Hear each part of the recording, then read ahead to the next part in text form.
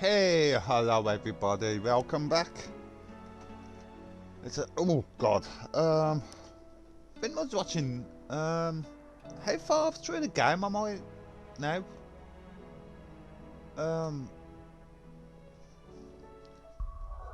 Let's have a,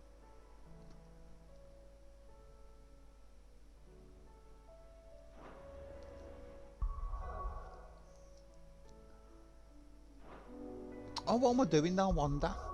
Getting confused then,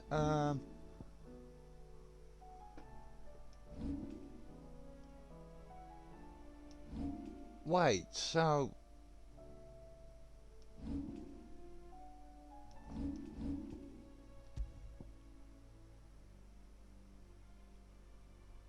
Right, so it doesn't actually tell me how many hours I've played either. Oh, that's not good. Oh, that's a bit of a bummer. Huh.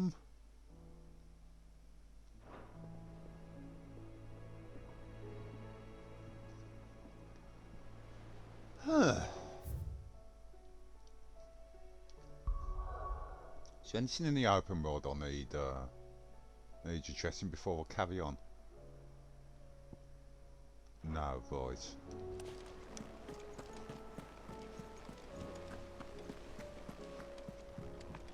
Cole said it was an army of Akashic. What will happen to Mid and the others? Should I bother doing any more hunts? How are we supposed to do our duty when the hills are crawling with Akashic and the valleys are full of ether? Clive? But if you're here, where the hell is everyone else? Don't tell me. They're all right. But it's a long story.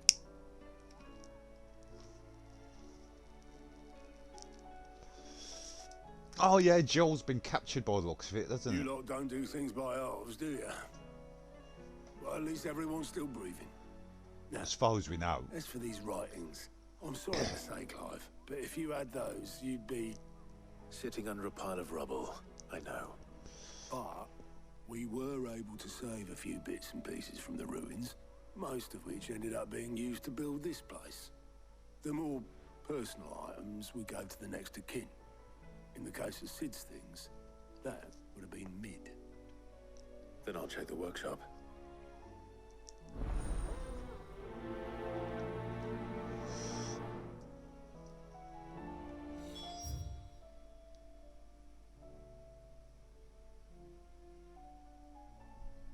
Oh, they're calling it a dungeon now.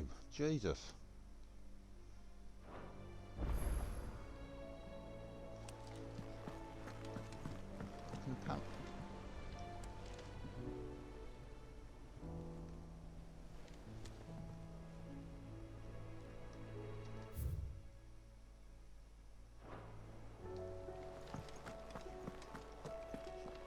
Oh, I can go up this way. Alright.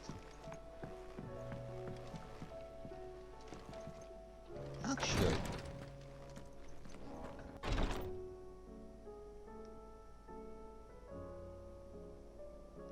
Wait, no, Dion. Did he actually die, or... was he unconscious?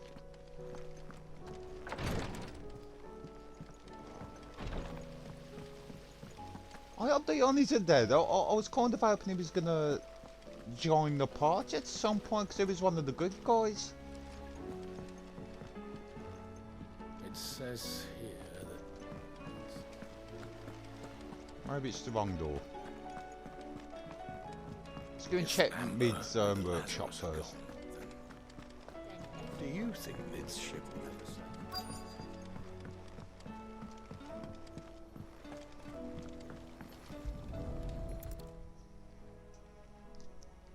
What do we have here? Oh. Sid's pipes. Something tells me Mid won't be needing these.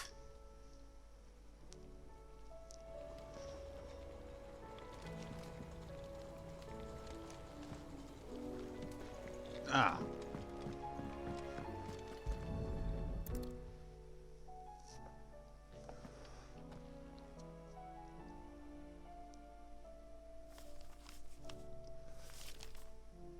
This looks like it's from Sid's old diary. But you'll already have read it. You don't Better know keep that. looking.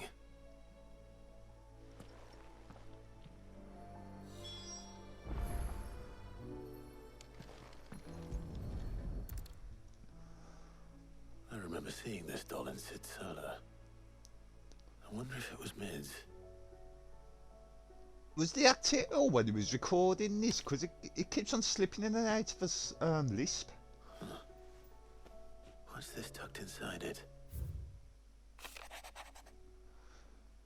I know you like your riddle, so I reckon you'll appreciate this one. All of my inventions, this one's the best, and so when choosing its place to rest, record your opus, daughter dearest, and now it sleeps there in the first. I'm going to have to work on that last rhyme. Good luck. Sid's best invention. That sounds promising.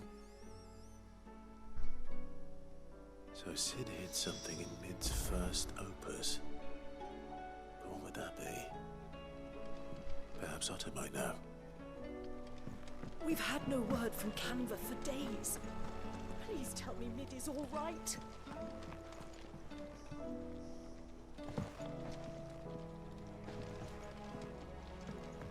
Oh, I thought she came back with us. Maybe not.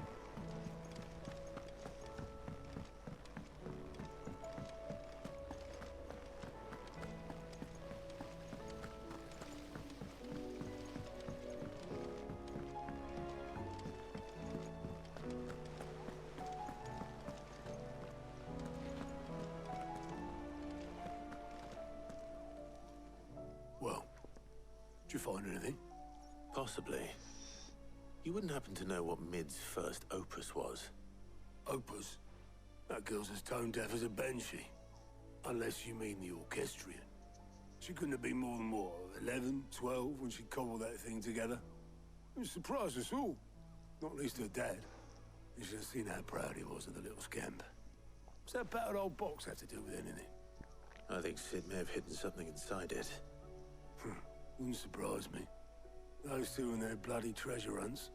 Half the things in the hideaway were hidden one time or another.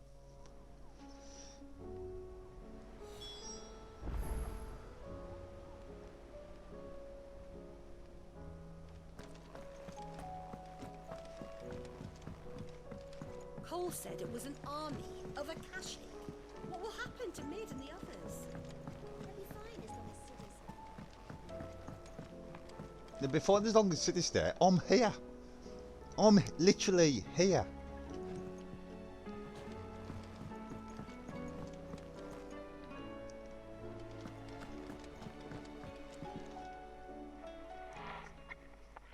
I didn't break it. Well, I didn't break it. What didn't you break? Nothing. We didn't break nothing. We definitely didn't break the orchestrion. What's wrong with it? It's broken. Except when it isn't.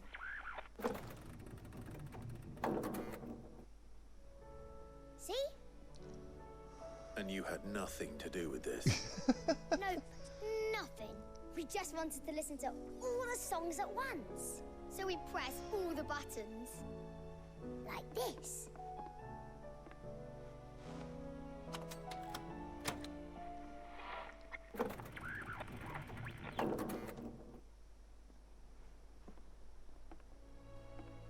See? All too well. All right, out of the way.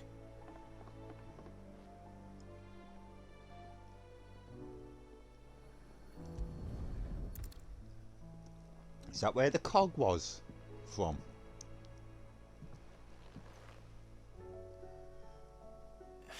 There's something caught on one of the gears. Did you break it? Can you fix it? No, I mean, yeah, yes. There. How about now? You fixed it! Sid fixed it! He more than fixed it! Yeah, new music! Huh. Never heard this one before. They started playing when I removed this. Whatever it is.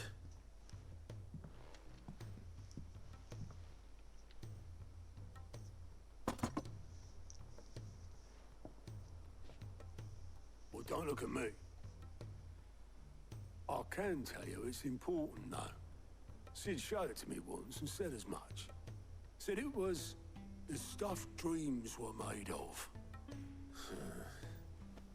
Let's just hope it's the stuff ships are made of as well. Indeed. Let's see if we can make some dreams come true.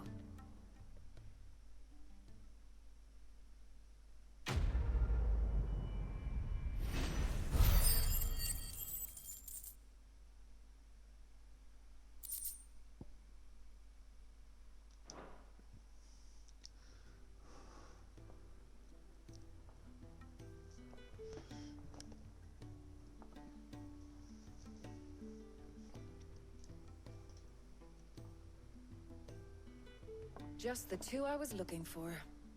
Aye. Who's a patient? Actually, yes. The Crown Prince just left. Dion left? Unless you've another word for stood up and walked What the off. fuck?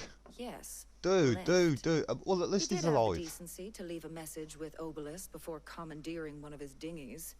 Should we go after him? No. We're not the Prince's keepers. He's free to do as he sees fit. I'd rather he did so in bed. His wounds are nowhere near healed. Much like yours, I suspect. Otto told me what happened in Canver. What is it with this realm's princes and their aversion to rest? Ask me when I get back. Though I may be sometime. Then at least try to stay safe. And if that fails, try to stay alive, eh? Fair. Every moment I waste here, the further the flagship sails. I have to get back.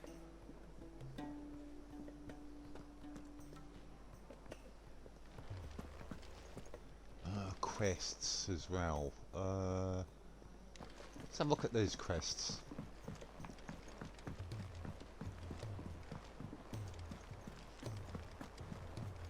It would have been nice to have had Dion with us. That's if we can still conjure Bahamut.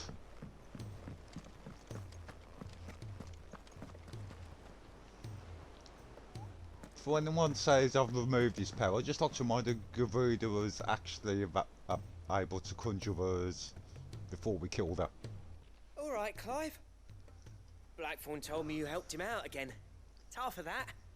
Speaking of which, I'm actually a bit, Worried about him.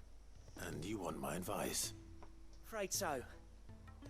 It's a bit of a funny one, this, but I saved this posh knob while I was out on a mission, and he gave me this flashy ring to say thank you. So, obviously, I show it to Blackthorn, thinking he'll be impressed, only for him to go white as a sheet and quiet as a curl instead. What? Try as I might, I can't for the life of me work out what could have got him upset like that. And seeing as how Blackthorn opens up when you're around, Okay. I thought maybe... I'd speak to him again. Well, I suppose there's no point leaving him to stew. Cheers, Clive. I'll be sure to pay him a visit as soon as I have a moment. All right, I'll meet you by the forge then. You come along when you're ready.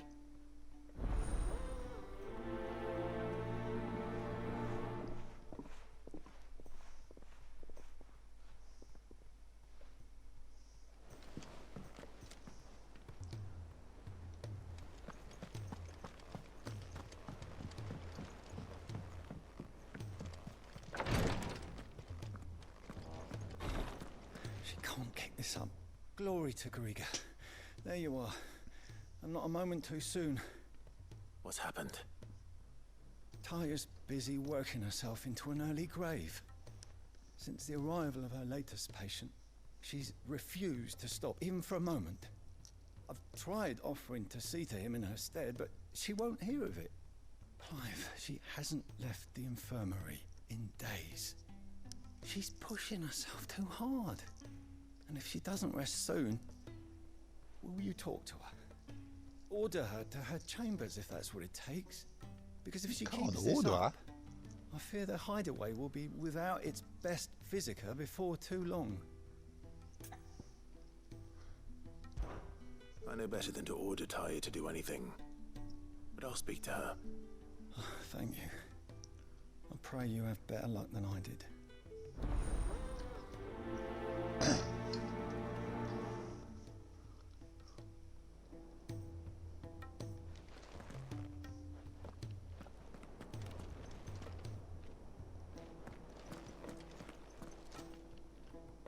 Well, Taya, Rodriguez worried about you. And if what he says is true, then so am I. We all admire your dedication, but you do need to rest. I will, when it's time. Until then, I'm staying put. We owe him that much. Who is he? Someone from my past. Someone who doesn't deserve to die alone. It won't be much longer. The crystal's curse has almost finished its work. If I had the tears, I could ease his passing. But without them, we've nothing that will touch the agony of those last few hours. How would tears help this man? Not my tears. Tears of mercy. Alicia, it's the only thing strong enough. You wouldn't, Taya. Surely. There must be something we can do for him. Sometimes an easy death is the greatest kindness we can offer. You do well to remember that, Rodriguez. I will. We have all the ingredients we need for Alicia Balwam. It needs to be fresh, though, so we rarely have much to hand. I can make the draft if you can bring me what we're missing. Just tell me what you need. There is a species of venom-weeping spider that lives in the forests of Norvent, near Lorbert's Pass. Bring me one of their eyes. Preserve it as best you can, but avoid contact with the tears. I'll make sure the other ingredients are ready before you return.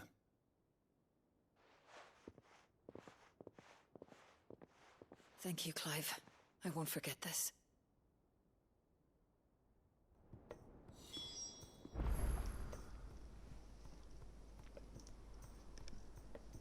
Okay, so let's go and get these groovy crackers. They're the only ones.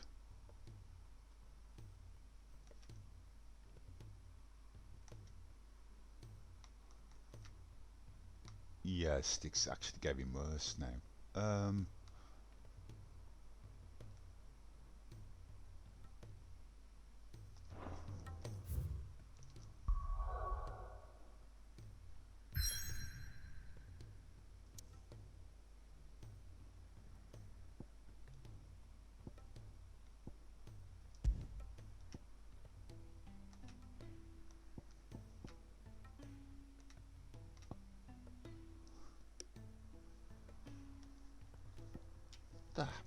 Oh, this stick's got worse. Shit.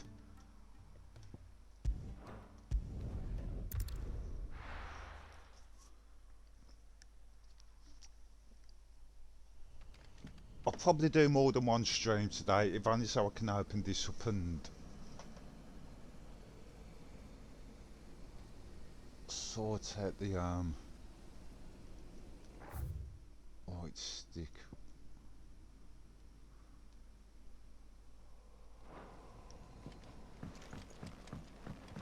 Fortunately, it's not an issue on the main gameplay, but it's enough of a problem for other games. And as I've just said, it is actually getting worse now, so I'm going to have to open up this joypad at some point. I think I have said this before, but again, I'd love to know why the sticks for this generation of consoles are drifting all the time. We've had analog sticks for close to 3 decades now, and this is the only system, only ones who have started drifting. I've got PlayStation 2 joypads and the sticks are still fine. One of my Xbox 360 sticks have only just died, and I mean literally died. Not gone faulty, just died. And I've had that since day one.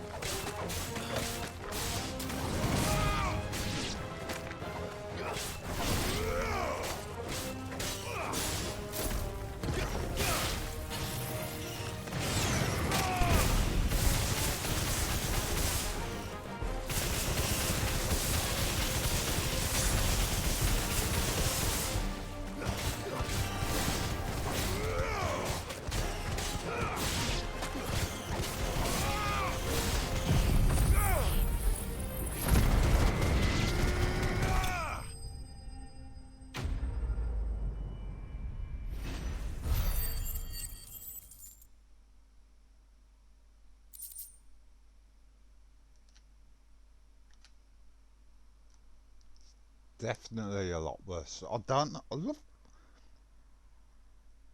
get it, what's causing it. I hate having to open this up and get that sorted. Enough. Rodrigo will have prepared the other ingredients by now. Yeah, if it starts affecting the main game though, I am going to have to stop the stream and open it up. Thank goodness you're back. Taya looks like she's about to collapse. Is this what you needed?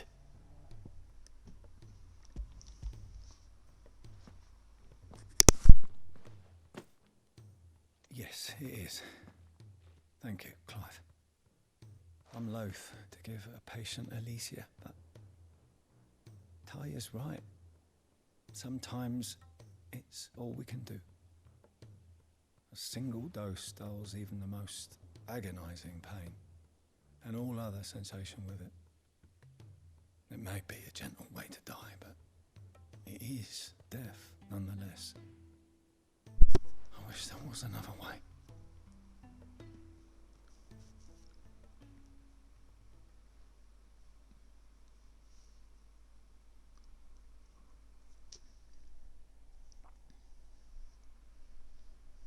How are you feeling?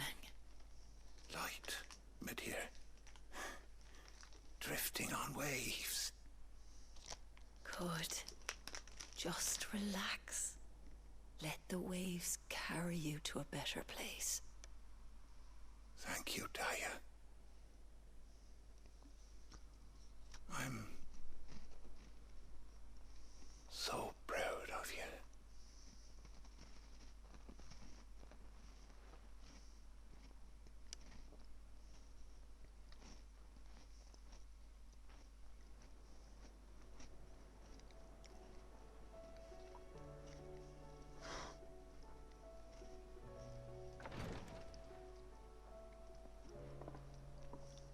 He's gone. Thank you, Rodrigo. And you, Clive? I'll see that he's properly laid to rest.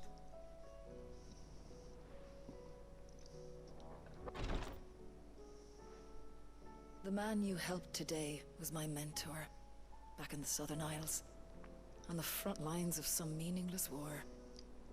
I was still a child when they shipped me to their triage tents, to treat the wounded with my gift.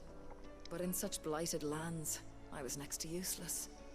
Until he taught me the true physicker's art, that is. An art we would be lost without. Tears of mercy were his gift to the bearers of the world.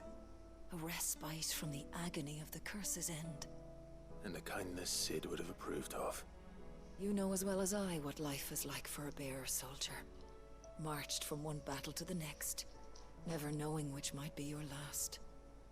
A commander may care nothing for the bearer spent in his service. But my mentor's gift gave the dying one fleeting moment of tranquility before the end. I've no tears left, Clive. I've seen too many of my friends taken. Something needs to change. And we need to be the ones to change it. And we will. I promise. I hope so.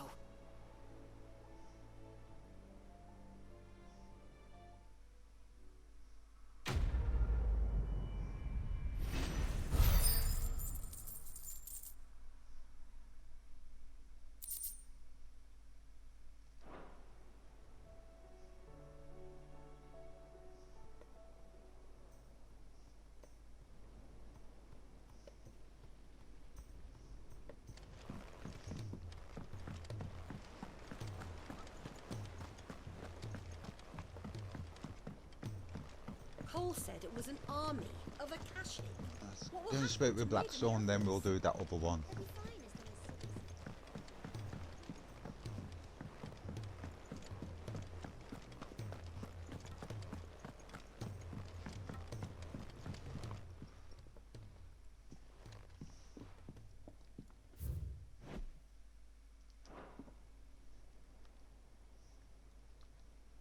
Bloody hell, Clive.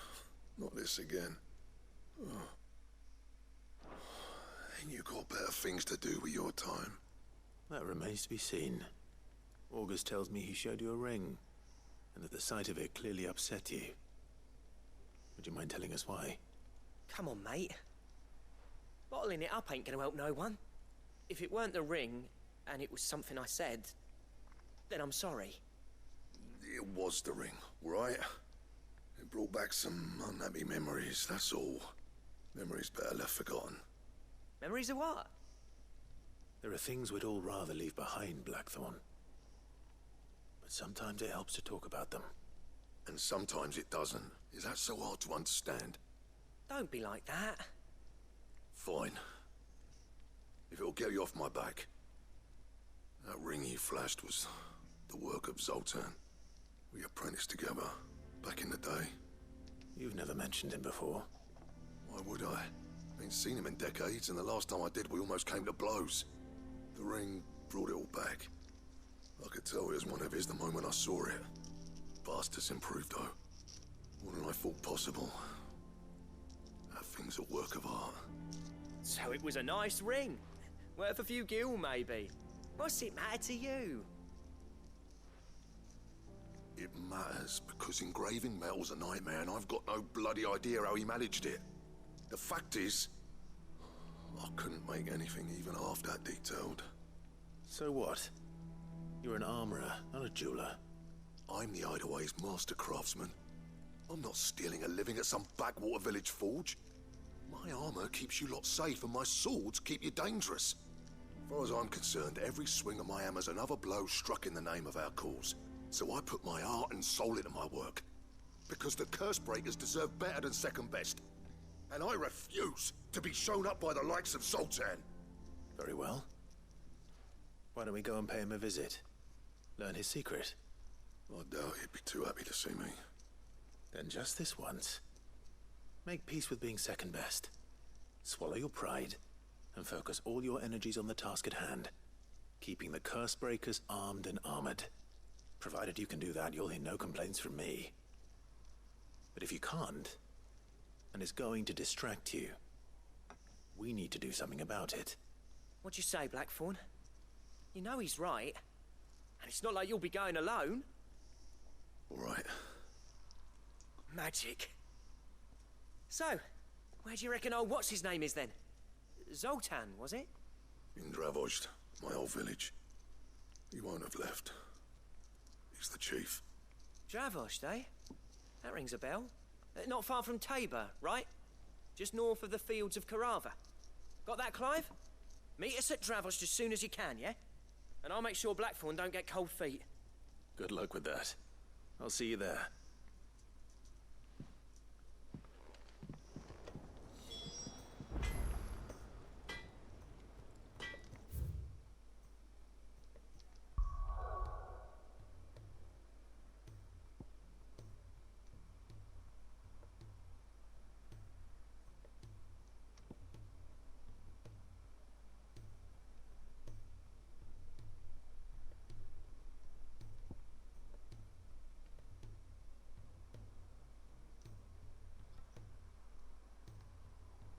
Right, there's trouble.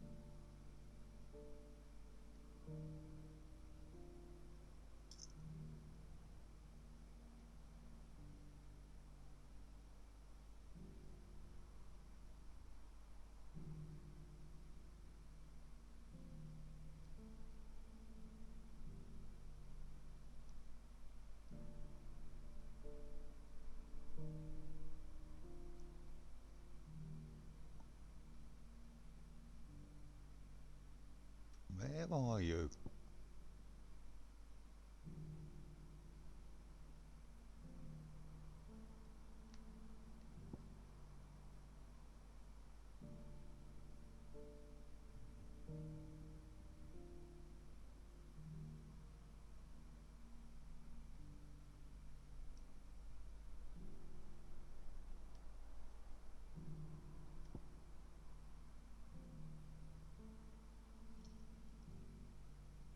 Right and right again. Okay.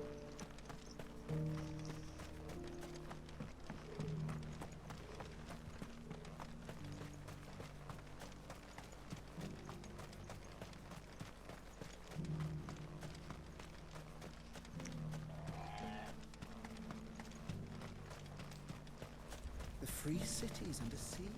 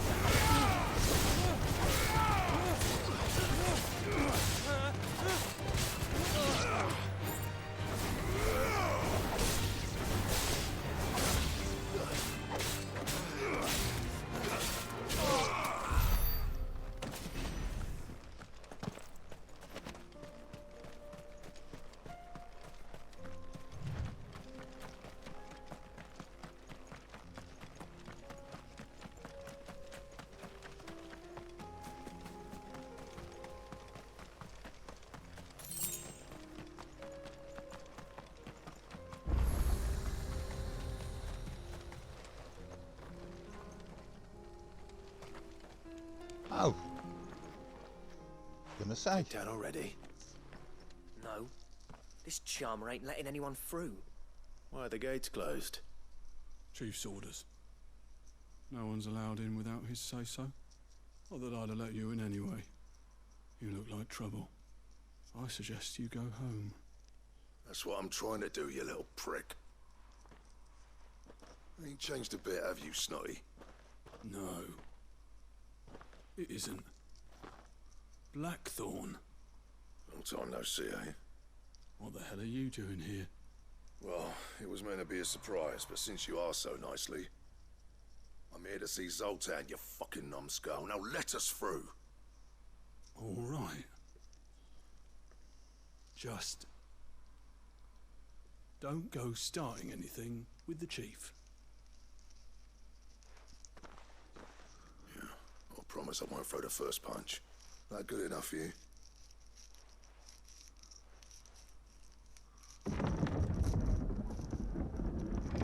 Go on then. Much obliged.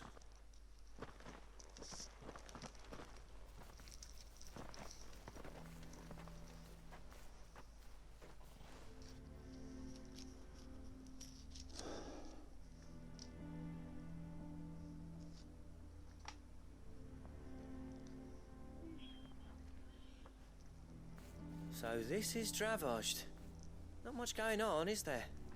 It's a smithing town.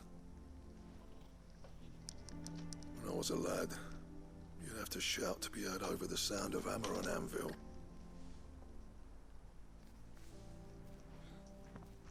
Clive, you're good with people. You speak to Sultan. Hey, you ain't backing out now, are you? There's a river of bad blood between me and the chief. But if someone can build me a bridge, then I'll cross it. All right. I'll see what I can do. I appreciate it. He'll be near the forge on the hill. It was our master's. You'd have inherited it when I left. Forge on the hill. Good luck. You'll be needing it.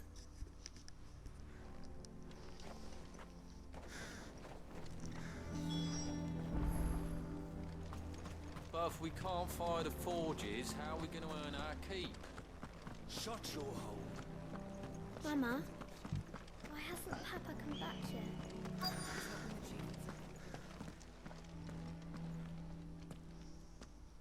Hotter! Hotter, damn it! Those miserable flames wouldn't melt butter, let alone iron. Pardon the intrusion. I'm looking for the chief. That'd be me. It's a pleasure to meet you. I'll bet it is. Keep the gates closed, I tell him. Well done, Snotty. You're not welcome here. Get out. Before things turn nasty. Blackthorn's here. What did you say? He's traveled a long way to see you. Yes, has he? He's waiting. Down by the gates. It could show you how to use that forge without take him with you when you leave. Didn't you apprentice together? So what if we did? Fuck! We're getting nowhere. These bearers' flames are next to bloody useless. We're never going to be able to fire up the forges unless we can find some new crystals. I'm a busy man, as you can see, so do me a favor and piss off. Oh, and if you're struggling to find your way out, ask Blackthorn. That prick knows exactly where the exit is. He's not wanted here. And neither are you. He could stoke you for you, bud. All right. I'm going.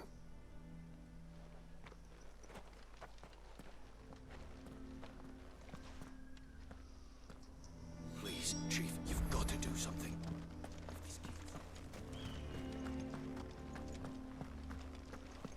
Our way in's going to be the use of the forge without crystals, because that's what we've been doing, I'm assuming. Let me guess. Zoltan told you to piss off. As a personal favor to him, yes. That's one way of putting it. Well, at least he didn't beat about the bush. There'll be no talking him round. Not after what I did. Which is what exactly? If we're to help, we need to know. What turned the village against you? I left. Dravost. Zoltan. The burden of leadership our dying master dropped in our laps. All of it. There are two kinds of smiths in this world, you see.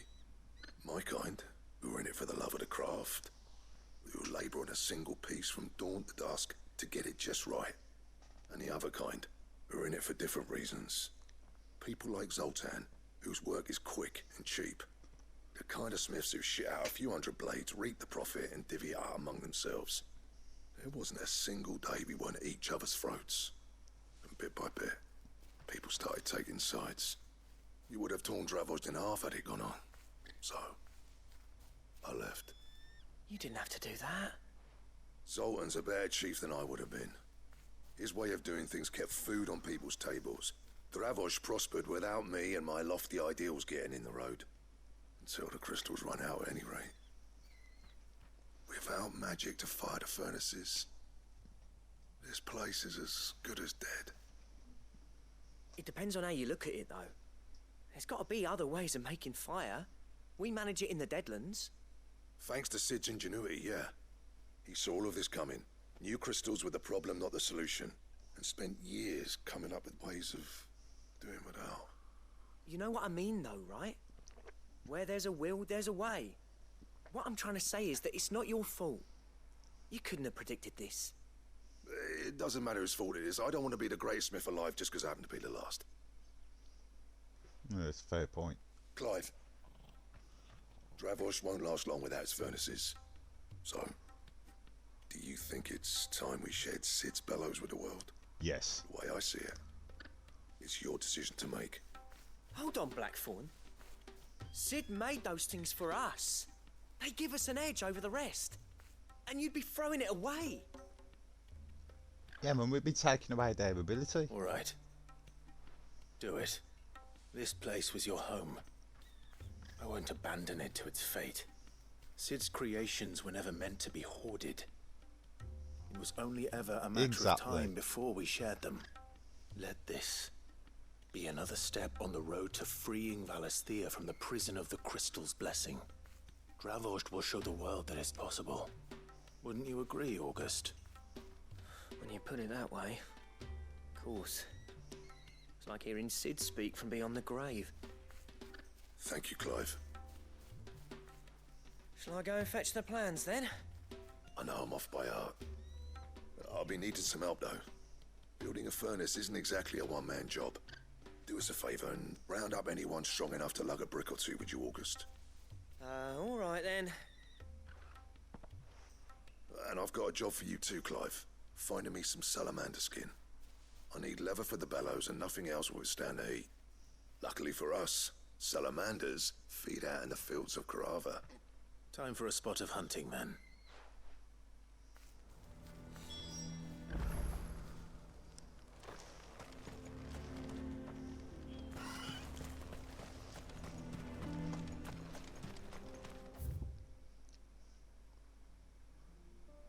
Oh, this is the closest.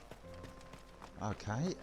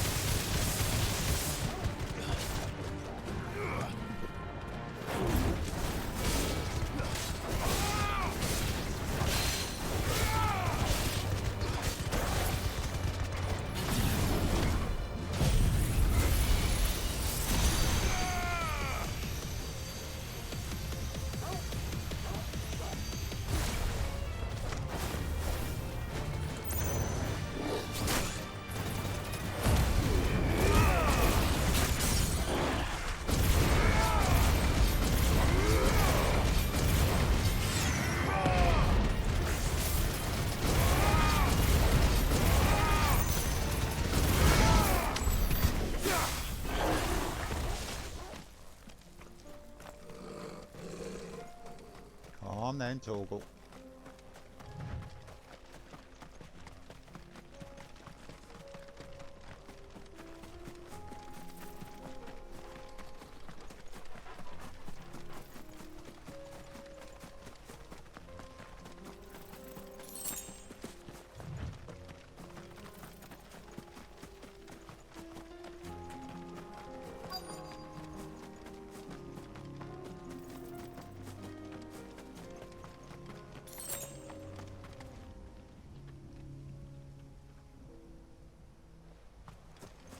Let's make this quick, shall we?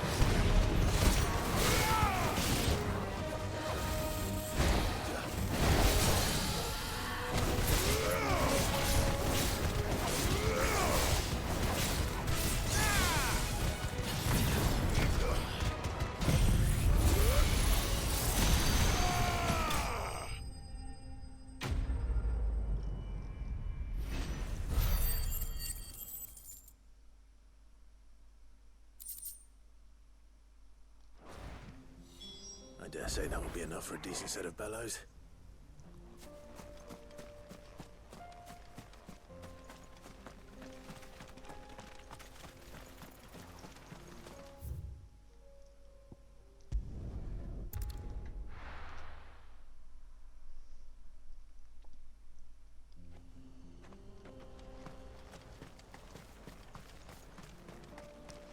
What's this all about then?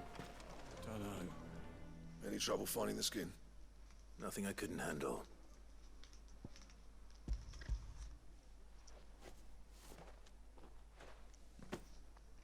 There should be plenty. Right then, time to put these louds to work. If everyone pulls their weight, we'll be finished in no time.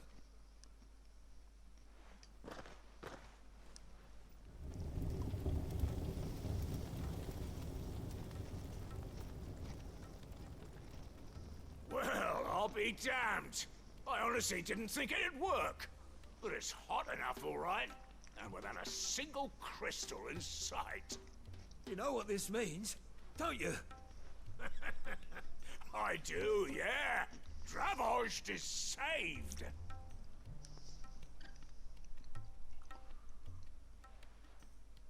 Sorry about earlier.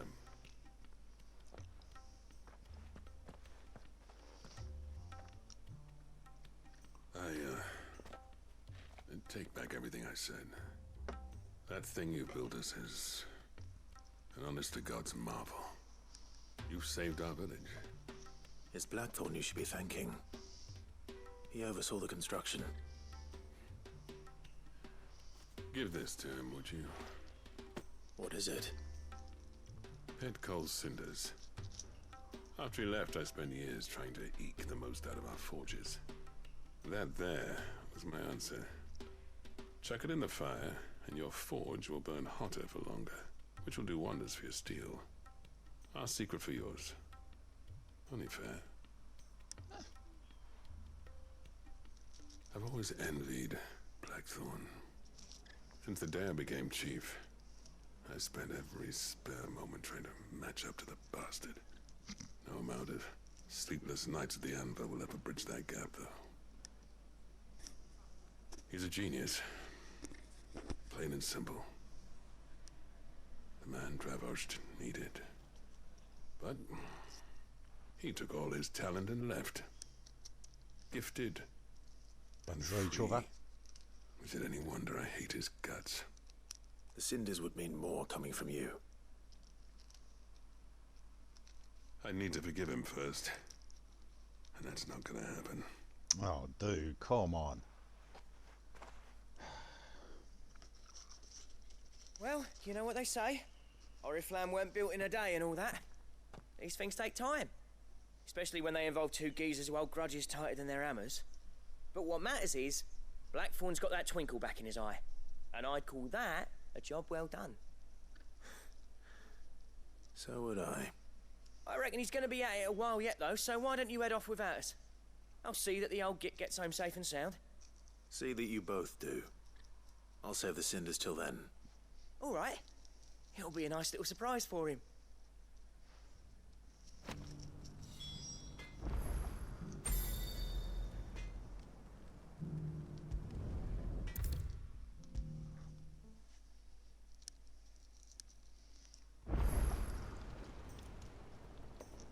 Gentlemen, I see you both made it home in one piece. Yeah, well, we didn't want to stay out welcome. The whole village turned out for a go on the bellows after you left. Everyone except Zoltan has. Didn't see hide nor hair of him. Oh, but that reminds me. I have something for you.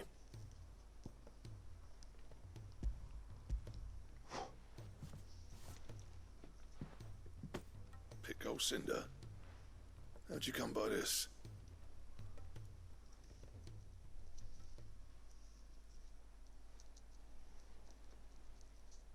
And you're sure he wanted me to have it?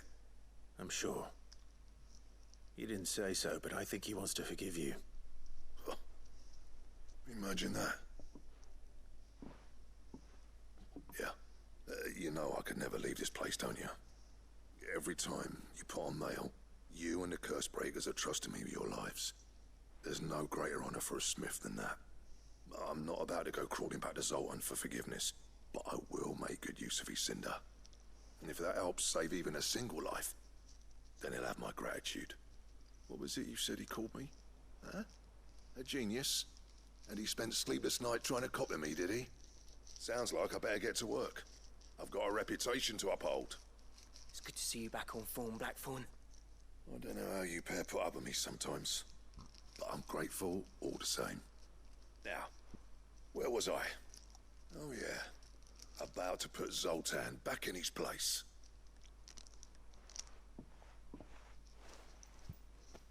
Ain't got the art to tell him how similar they are. Stubborn bastards.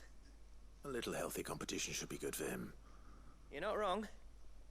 Still, it's a shame him and Zoltan couldn't let bygones be bygones. No use grumbling about it now, though. Blackthorn's happy. Or as near to happy as he gets. And that's good enough for me.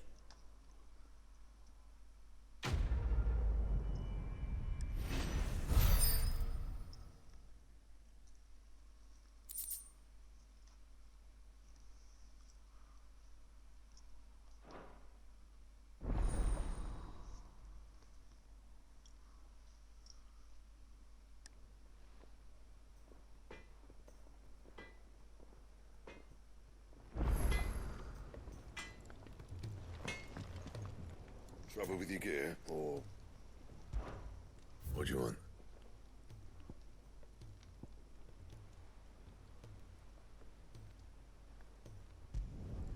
Should last you a good while.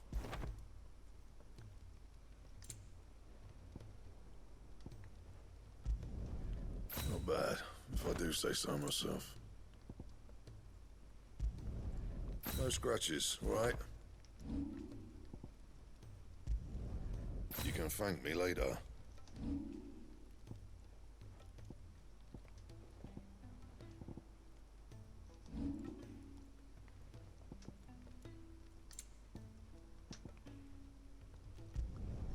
Yeah, that should do you.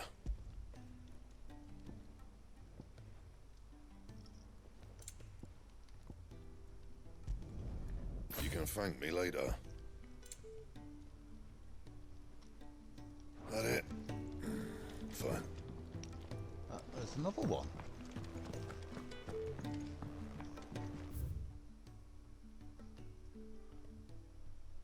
There's one down there.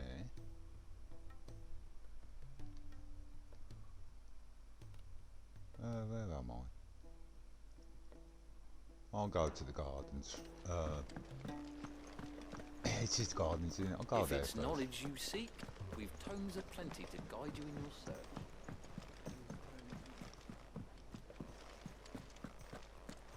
I can remember how to get there.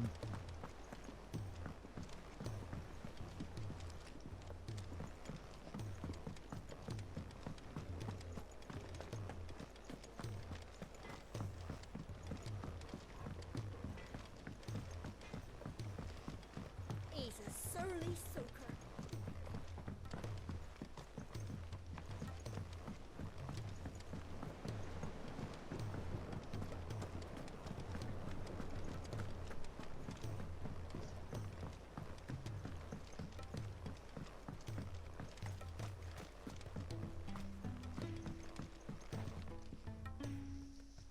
Sid, do you recall the flowers I had you bring back to the yard?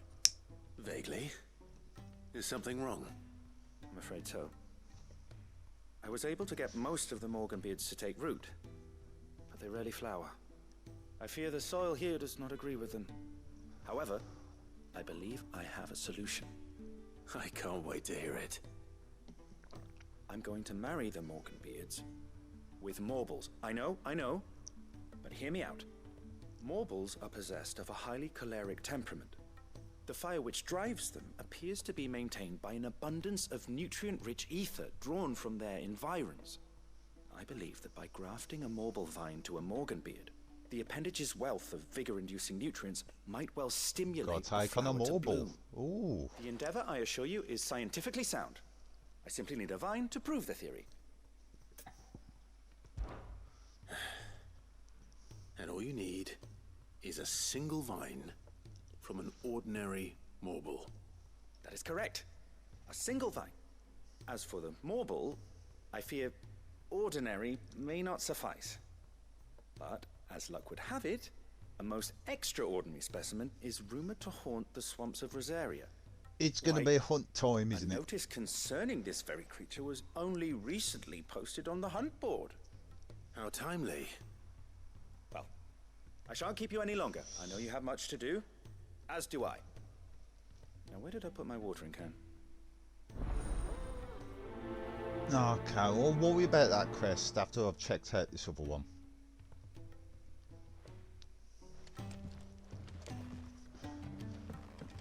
You and your bloody hunts.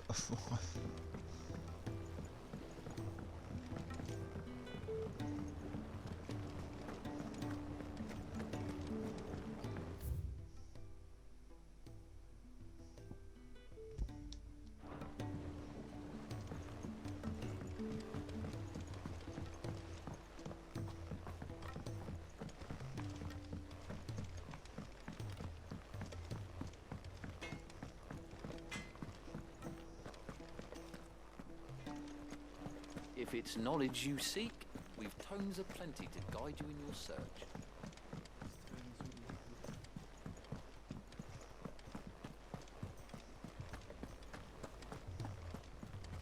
Cole said it was an army of Akashic. What will happen to Mid and the others?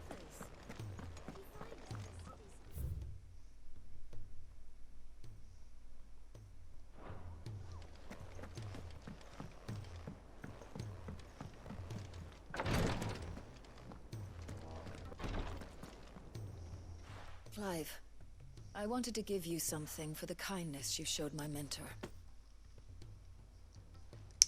What's this? A chest of all the medicines you're ever likely to need. Seeing as you're so reluctant to come to the infirmary, I thought you might as well take a part of the infirmary with you. Improved carrying. I'm sure it will be very helpful indeed. Hopefully. And Taya, try not to work too hard. And work Rodrigue all the harder, you mean? He's a quick study, but he's got a long way to go yet. I'll take that particular piece of advice when you heed it yourself, thank you very much.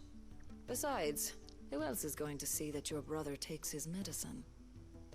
Who indeed?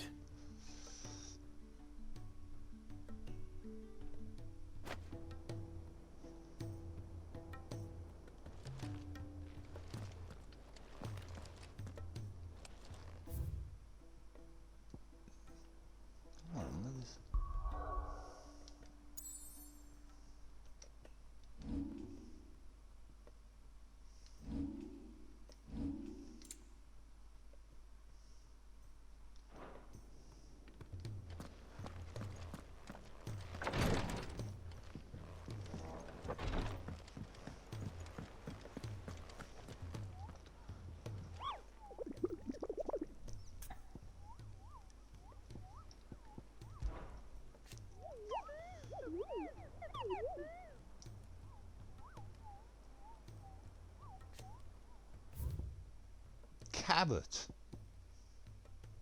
It's a bee, that's not too bad.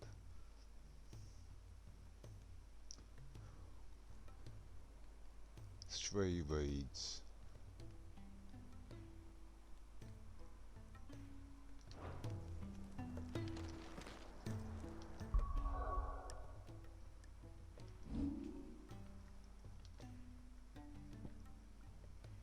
Those are 3 reeds now.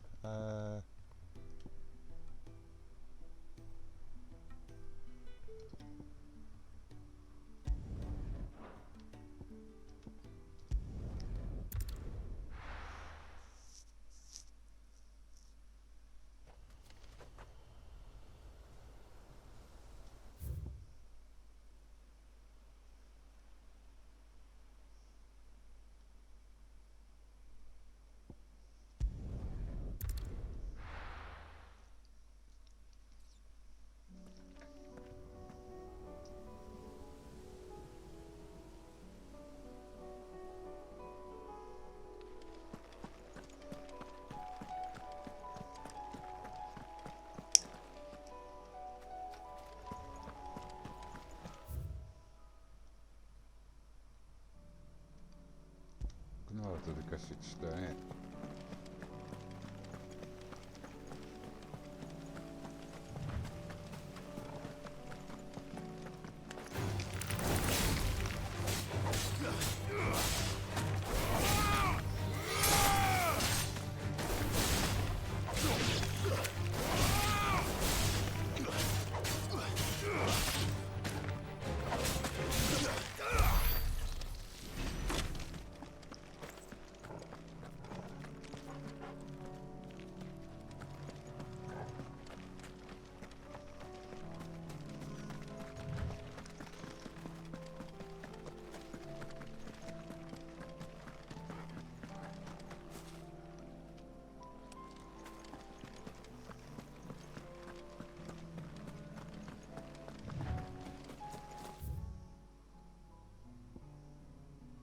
Oh, gone too far.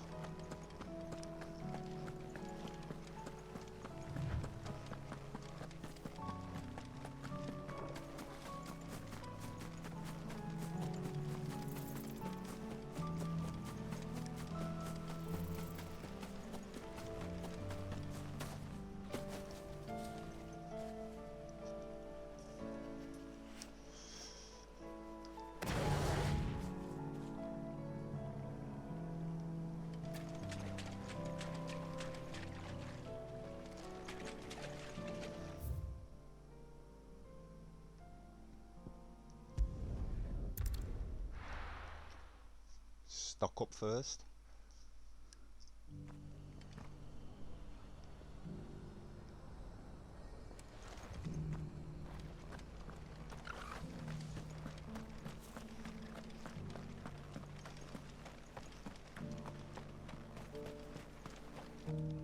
Anything catch your eye?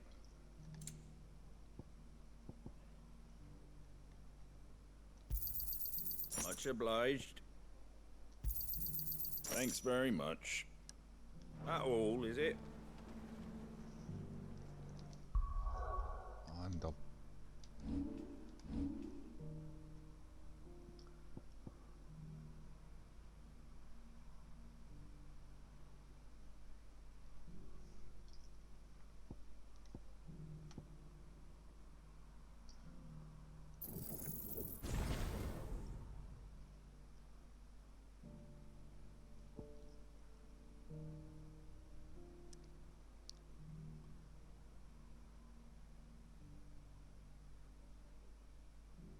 How do you activate that?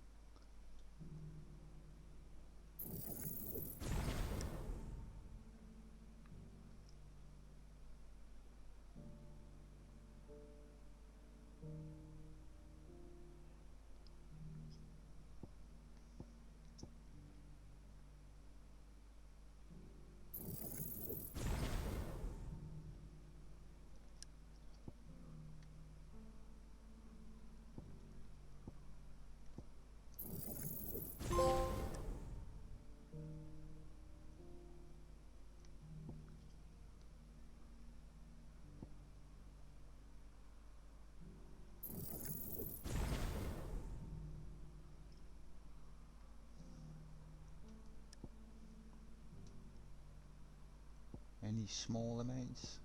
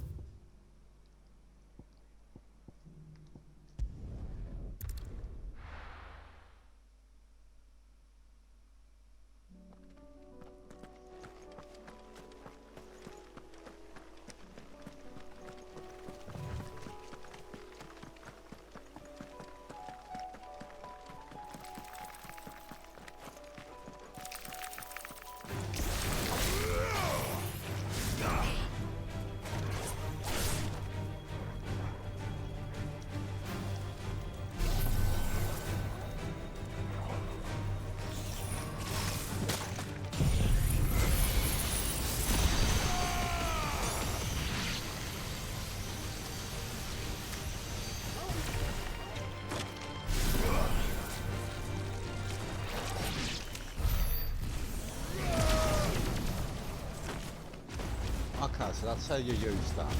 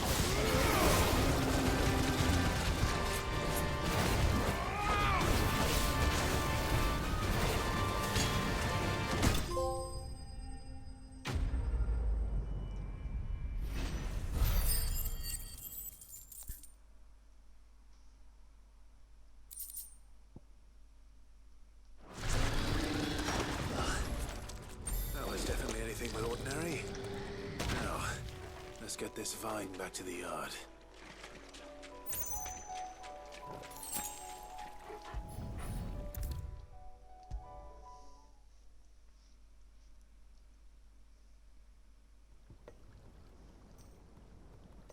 Sid, I can't help but notice that your satchel is twitching in a most violent manner. Hey, you wanted it.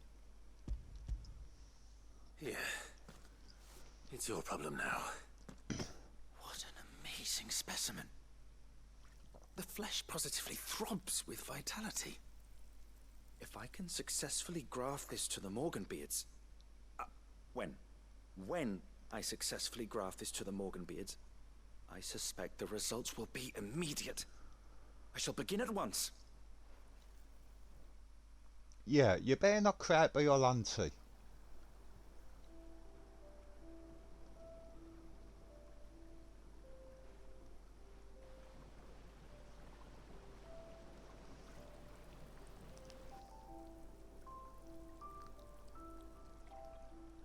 It is just as I hoped. Witness how the Morganbeards have taken to the blighted soil. How they bloom with heretofore unseen vigor. Why, I dare say such a vine graft would yield similar results when applied to other specimens as well. I'm glad I could be of assistance. You've not only helped us, Sid, you've saved us. Do you recall the extract with which I provided you before? I took a moment to distill some more, but this time with the petals from the invigorated Morganbeards. And would you believe? Its potency has nearly doubled. You must accept this vial as thanks for your assistance. The rest, I shall give to Taya.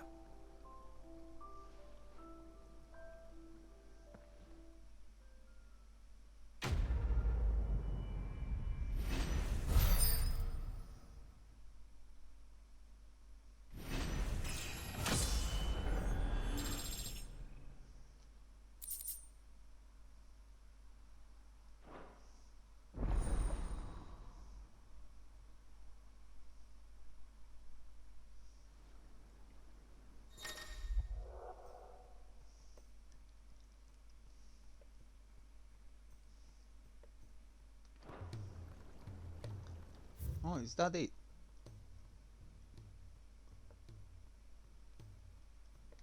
Oh god, yeah, I think I'm definitely gonna have to take this stick off now.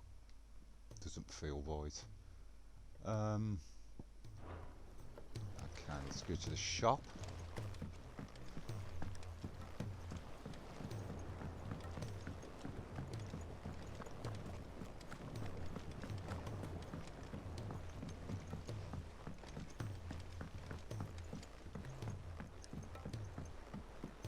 He's a surly soaker.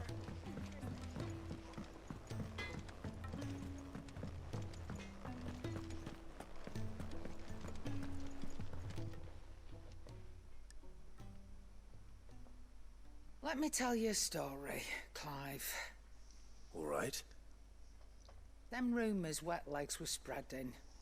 Might be they weren't just tales plucked out of thin air. You see, there were a time when I weren't too particular about who I sold steel to, so long as they paid me the right price. Some women lust after blood, others after flesh, but me, I were always one for gold.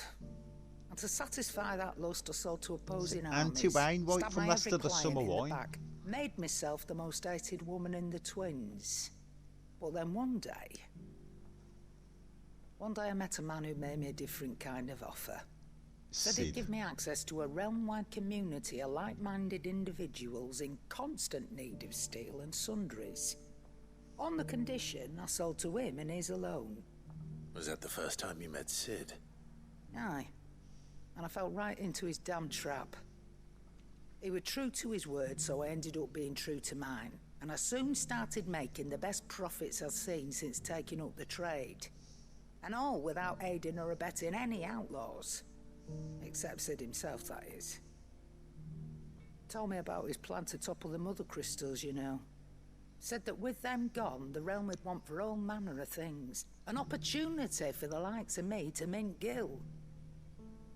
Why, I reckon an enterprising individual could find himself the richest dam in the twins. And that's when he had me. I emptied my stores that day and moved into the hideaway proper. And the rest, as they say, is ancient bloody history. A dozen years on, and I'm still not the richest dam. Not for lack of trying, mind. But I can say that I have never been happier. You've all shown me there are some things more precious than Gil. That there are. So don't you go messing it all up, or you'll have me to answer to.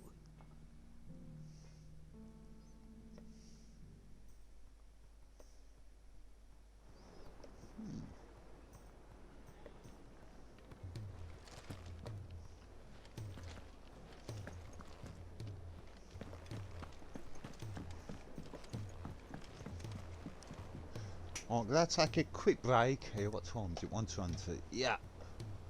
Take a quick break here, make a fresh drink, roll the cigarette, etc. I'll be back soon.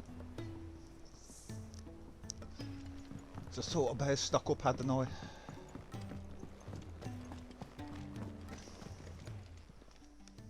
Aye, it's a dangerous world out there. Let's stock up.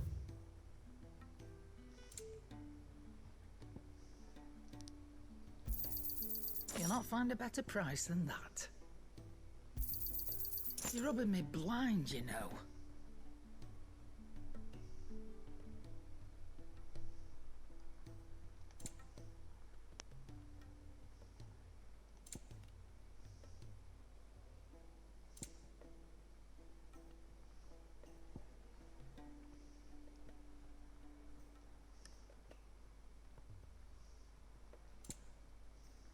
Finished, are you?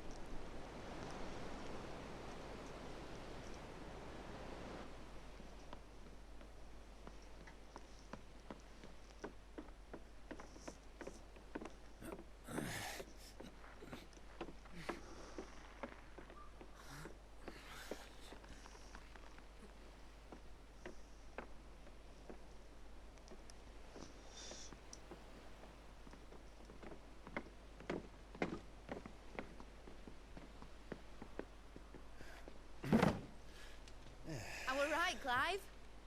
My dad had it all worked out. He'd be proud of you, Mid. His writings may have helped, but this achievement is all yours. Can we catch them? The Aina is one of the largest, fastest vessels ever built. And it won't help she has the wind at her back. Any other ship would be hard-pressed to keep pace with her, let alone reel her in. But this isn't any other ship. This is the Enterprise! And the world's never seen anything like my dad's engine. It certainly hasn't.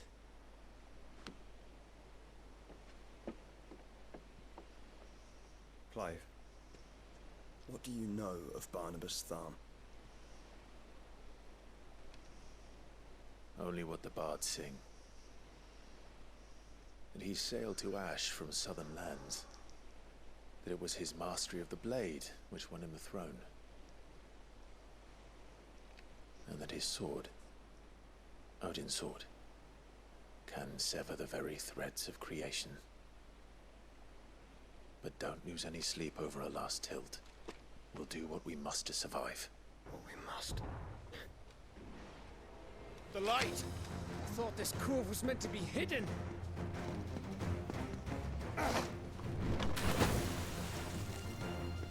Mid! Company! Eh? We'll hold them off until the ship is ready. But hurry! Bollocks! All hands! Man your stations!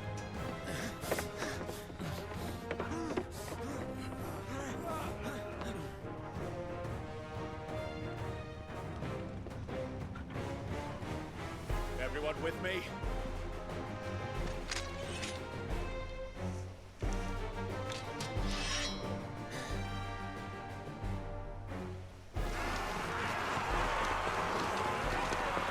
Akashic. Jesus.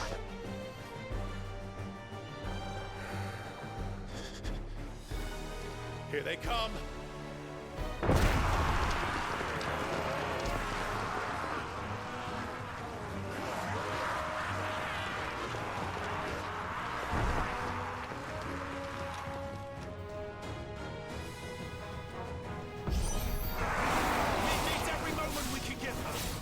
Behind me, Lord Rosfield. I'll take care of these fuckers. Behind you, I'll have you know earthbreaking here. Oh, that was the wrong one. Every Shoot. man in the cliffs.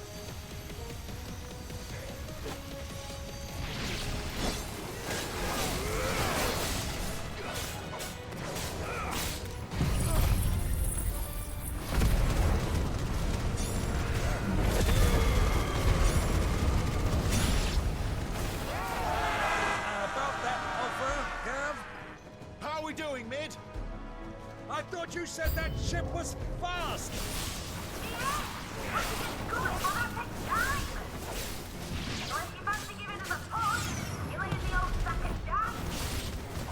Oh? I haven't felt this alive in 20 summers. Come on, then! Which of you lot fancies meeting Olga Killer next? I thought it was called Heartbreaker.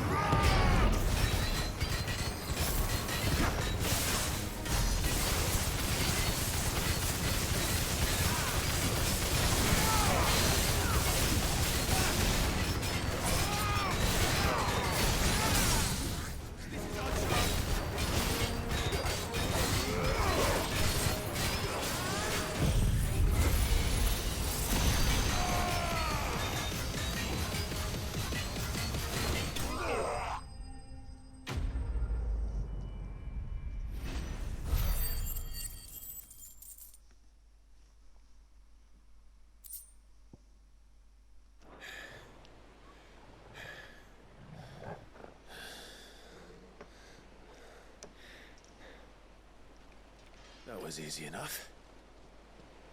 All right, you lousy lot. Get your asses on board. She's ready to sail. You heard the captain?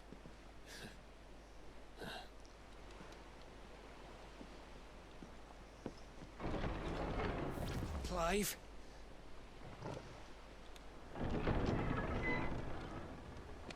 Him again. But I thought he was...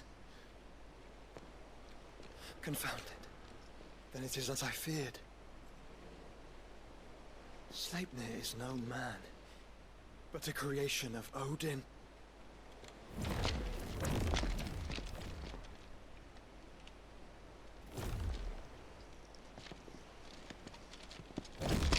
Phoenix's fiery fundament. Have you no normal enemies?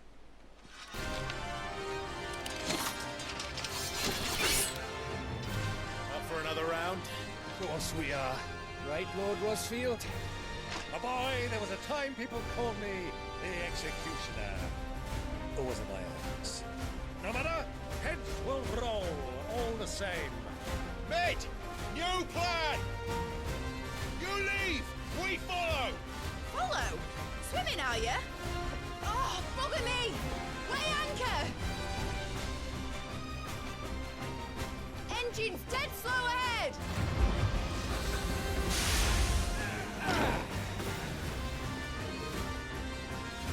Have care, my friends. Is not blood that runs through an Eddie's veins. These foes will not fall, but they will fall. Like oaks before a woodman's axe. Good thing I brought one! How long are we meant to keep this up? As long as it takes. Unless you have a better. Well, I've already killed at least 5 of the bastards. Fuck it! Let's do the lot!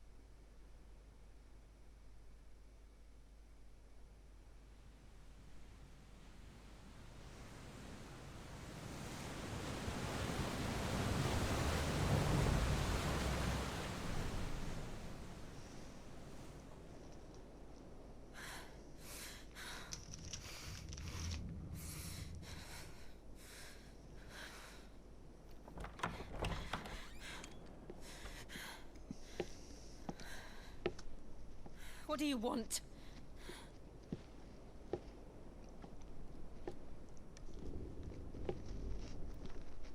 That's quite a mess you've made. And wholly unnecessary. You are my offering to Mythos. I would not see you damaged.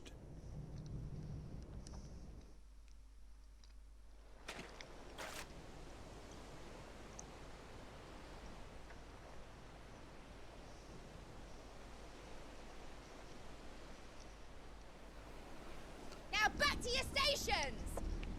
Every bell then treading water puts another league between us and the galleon.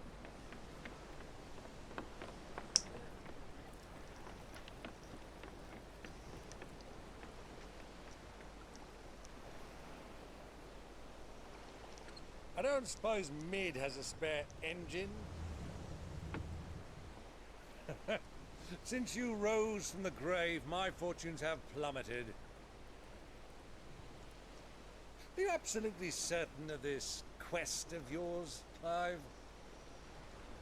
The foes you face are as terrible as they are numerous. Aye. And they'd have us live and die on their terms, which should answer your question. Ah. You have that same stubborn look as your father did when he set his mind to something. On the battlefield, I am but a single axe. A deadly one, mind, but a single one nonetheless. Yet what you require is 1,000, and I believe my old friend in Randalar can provide them.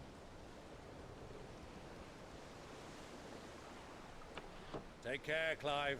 I have many more tales of your father's exploits to share. And I cannot very well do that if you're dead. Again. Good luck, Uncle. And may fair winds attend you. As for you, Joshua, take care. I shall do my best, Uncle. Farewell, my nephews.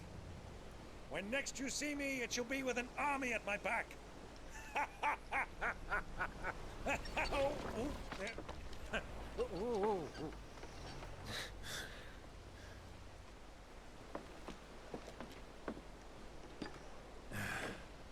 Cheerio!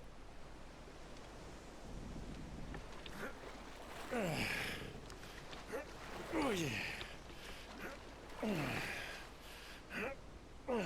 Do keep up, my boy.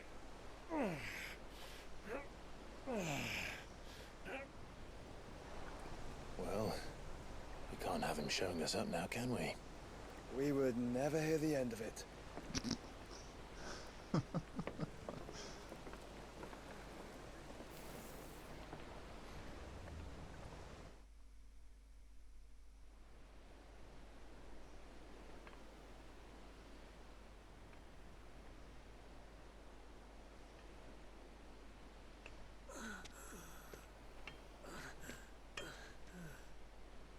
Grieger of mercy.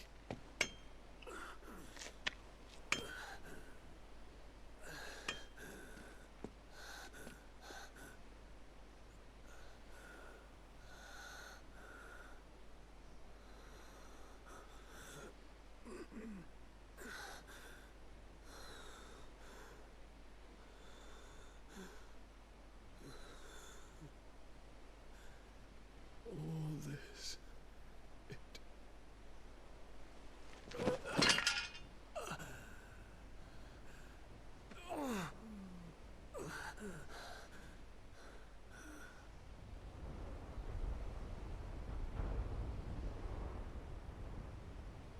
What have I done?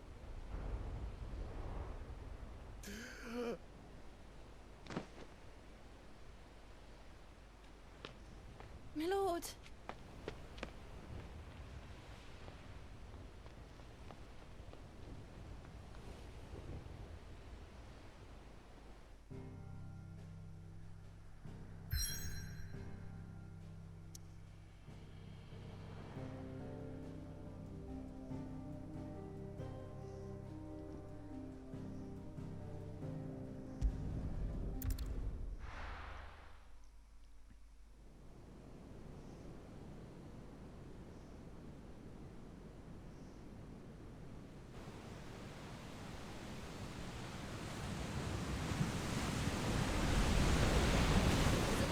Between here and Waloed, but any ship heading north has to round Zemeckis and put through the Narrow.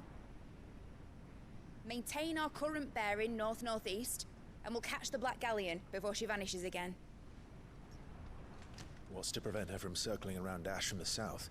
With these winds in those waters, it'd taken forever and a fortnight to reach Stone here. Mid knows what she's talking about, Clive. Better than any of us lot, anyway. I say we do as she tells. Sails on the horizon. She's ours.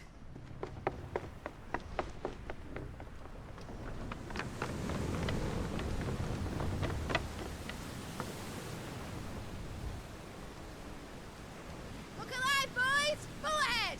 And keep those furnaces fed! Aye, Do you feel that, Jill? All hands! Battle stations!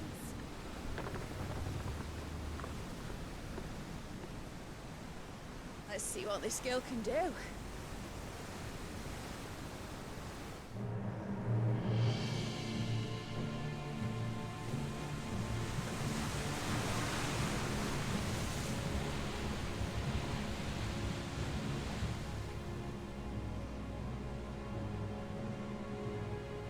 Where one leads, so does the other follow. A bond of consciousness which joins them, condemning both to the same fate. Yet my every attempt to strike it from their hearts serves only to tighten its hold.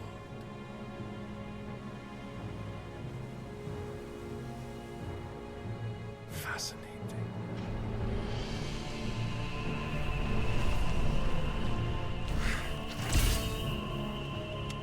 But then, there is naught my blade cannot sever.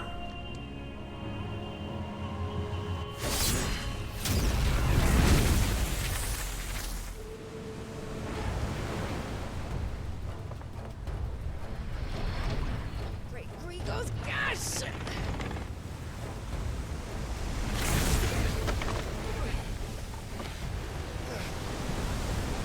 Barnabas. Hard a port! Heads down, you brutes! And brace for impact!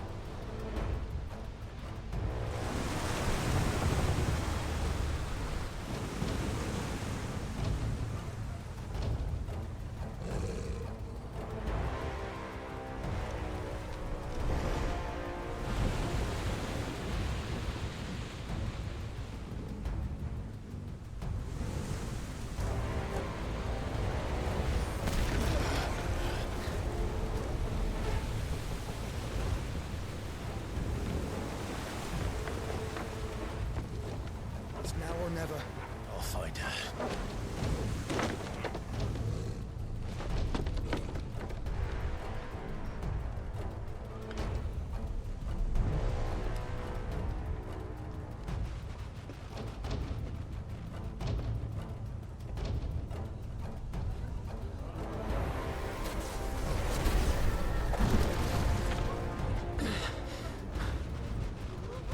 Bloody hell!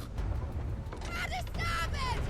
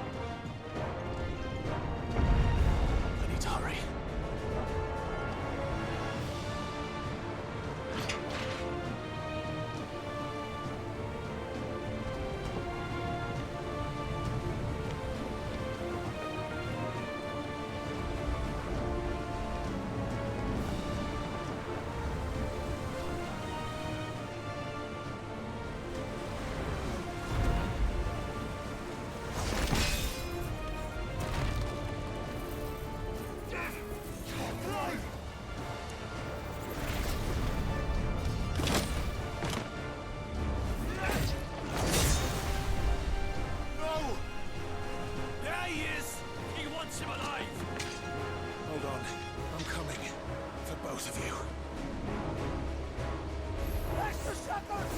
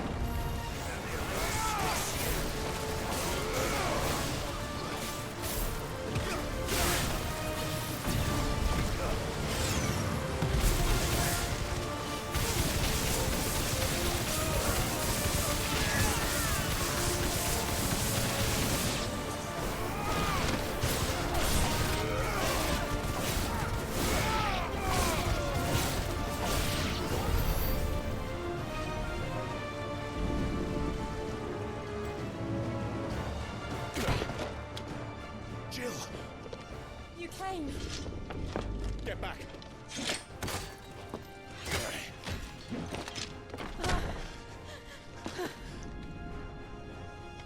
Clive, how did you... I'll explain later. Hands.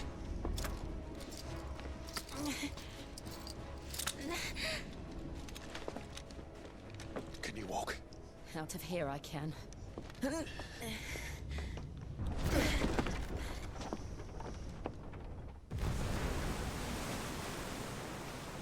Stand still! Phoenix.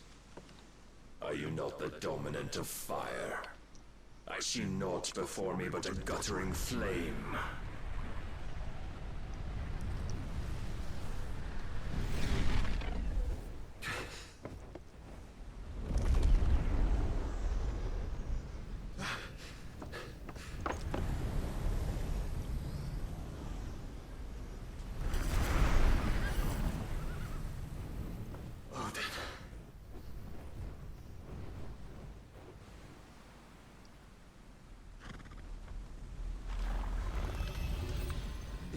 finished then.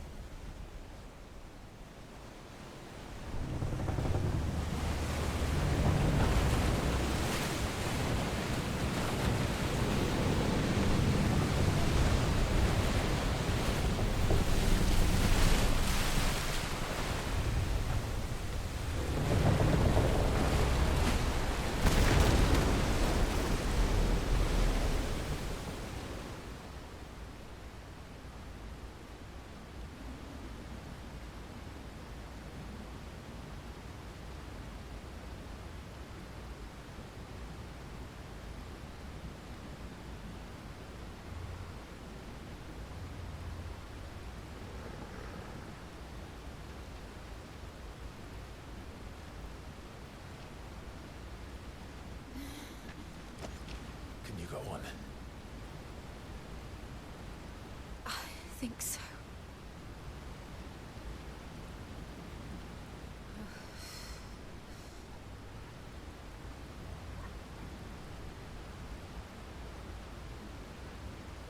But to where?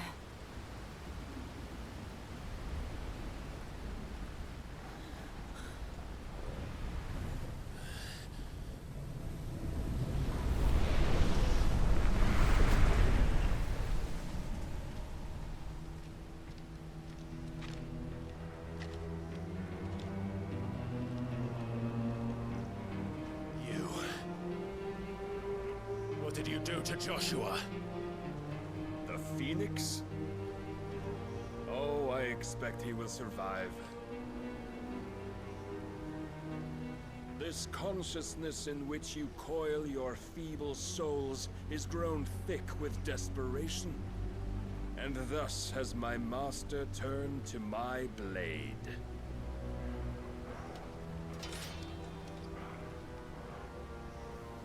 The world will soon be painted in black. And all that live shall gather in death's autumn wake. Not if we remove the cause of this misery. Not if we destroy the last of the Mother Crystals and restore balance to the world. Come. Do you truly think it's so simple?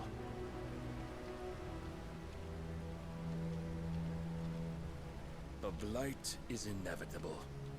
Not even the Almighty might stop its endless march. Your efforts will avail us naught. Naught, that is, but suffering. You must embrace the truth, Mythos. Accept your place with the Lord. Keep it. As long as there's a chance, there's a choice. Ever led astray by your blind resolve.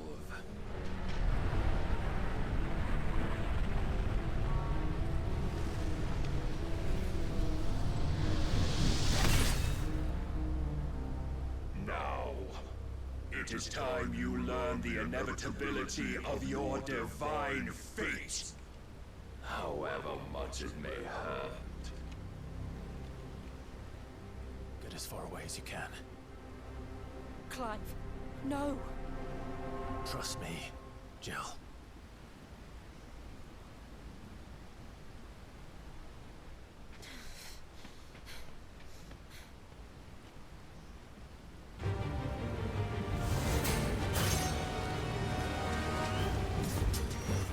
We don't have to do this.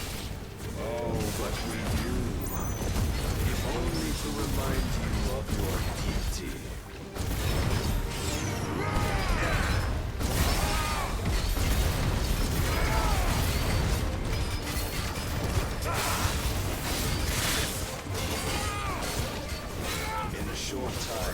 our last meeting, you have grown much.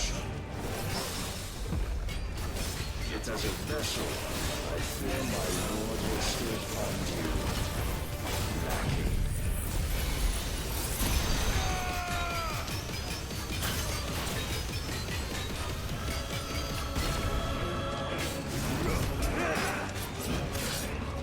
Defend yourself! All this fire and fury, and for what? Stopping the blight. A foolish notion fed to you by a foolish man. How dare you? You know naught of this world nor of our place in it. If our fates were so easily rewritten, we would all be gods.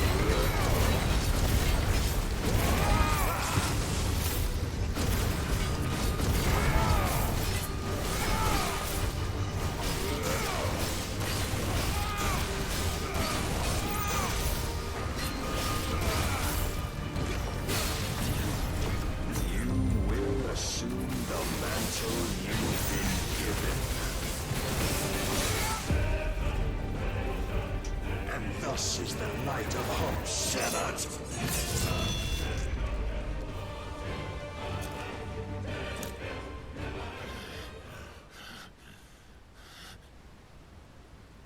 You would yield so soon. Never. Clive!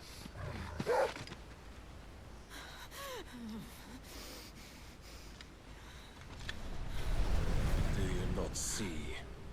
Your iron will weighs you down, dragging you ever further from your purpose. And what is my purpose? Mythos. Who are we? What are the dominants? The breath of the Creator still warm on our lips. We carry his light that we might guide the masses in his name. We are but mighty acts of God. We are more than that. You would be nothing without what he has granted you. The power we wield is his, and yet every time we draw upon it, it wears away at our very being. It breaks us. It unmakes us, that its immaculate aspect might reveal itself. The icon. It is too much for even his chosen few. Apart from you, Mythos, you wield the might of many, yet your body does not answer for its avarice. What are you saying? What I am saying is that we dominants are a means to an end. We were created for you, that you might drink deep of our strength and thereby fulfill your divine purpose. Which is? To feed. As you would know, could you only look beyond the walls of your prison of self-regard. As long as you choose to ignore this, you shall never penetrate my defenses. Still, you may take solace in the fact that you are not alone in your plight. The chains of volition shackle all of mankind, but there is yet cause to rejoice. For the Lord, in his mercy, has taken pity on his flawed creations, and shall see them restored to their proper forms. And what exactly would that be? Why, loyal servants to God. No. Manners, Lord Rossfield? They are men, like you and me. Albeit ones unburdened by the wills that drive our kind to madness. They are pure. They are divine. You mean to turn everyone Akashic? Not turn, Mythos. Turn back. For too long has mankind been led astray by their clamorous wills. It is time they return to a world of quiet equality, where they might once more know salvation. Salvation! And abandon everything we hold dear! We don't need your salvation. We'll save ourselves, and we'll do it on our own terms. Not yours. And not your gods.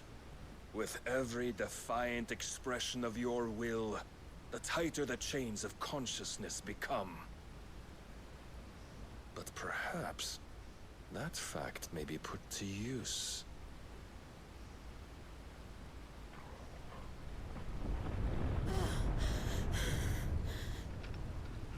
Clive!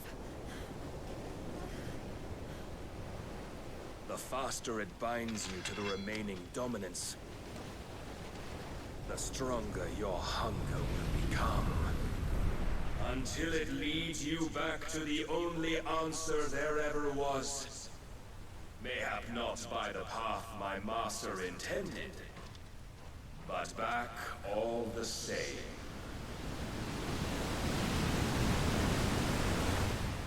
Ash is not far. I could freeze a path. You're in no fit state. Probably not, but I can try.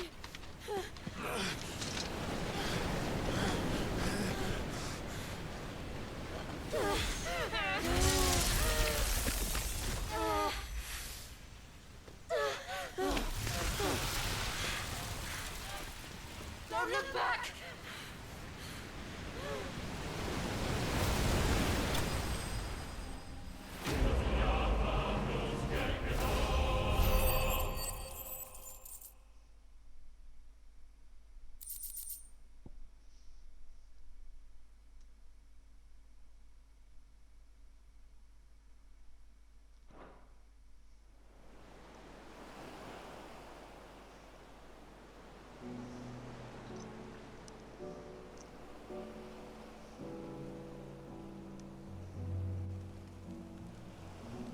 I hope the others are safe.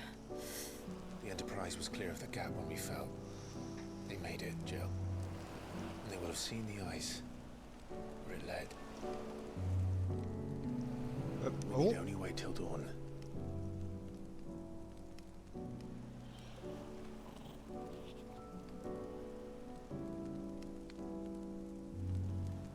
This is the second time Barnabas has bested me. I'm powerless against him. And maybe there really is nothing else for it but to give yourself to his master.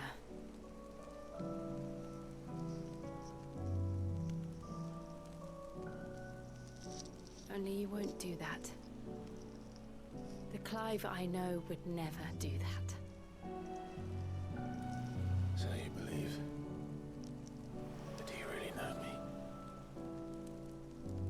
what Barnabas said was true, then I'm more monster than man. And each time I summon the flames from within, I burn away the things that make me who I am. Do you, though? Think of what you've used that power for, of all the people you've saved. It doesn't matter how or by whom it was granted, only how you choose to use it. And you've chosen to use it for good, haven't you? I've also used it to kill. What if that's my purpose? What if it's all I'm good for?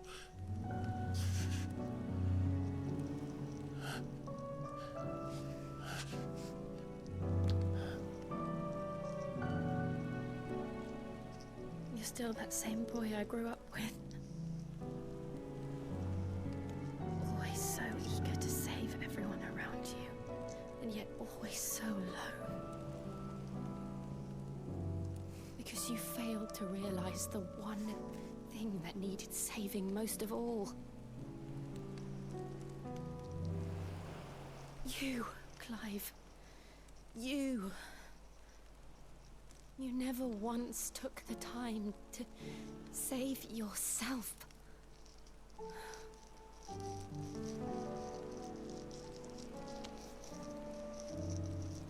Myself?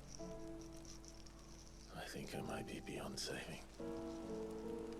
No one is beyond saving, provided they want to be saved. You fight to survive. And you survive so that you may protect those you love. It's what you do. What you've always done.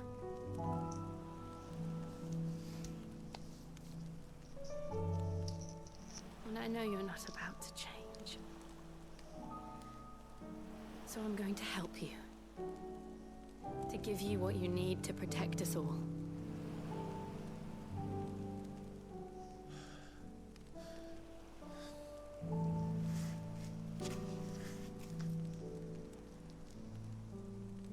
Jill. Are you sure?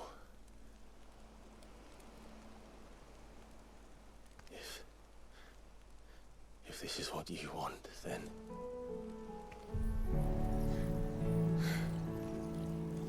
Don't worry, Clive.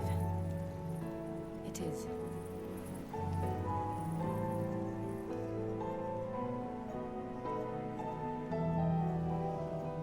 This burden, I'll give you the strength to bear it alone. But I'm not alone. These burdens I carry, my sins, my pain, my sorrow, I see now that they are all a part of me.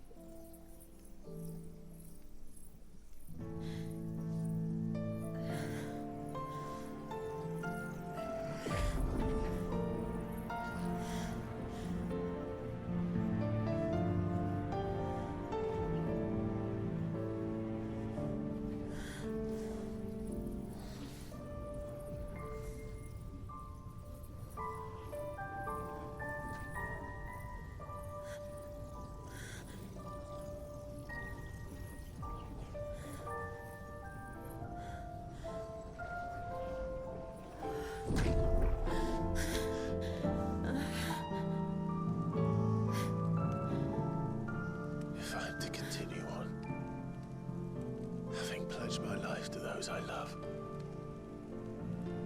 then I will gladly bear your burdens too, until my last breath. Clive.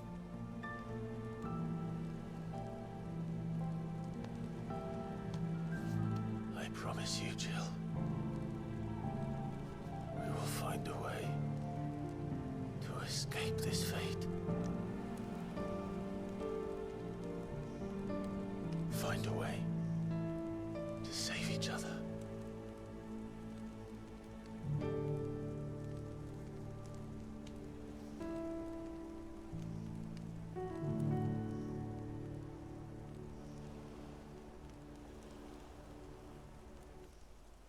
That we might one day look upon the moon again, together.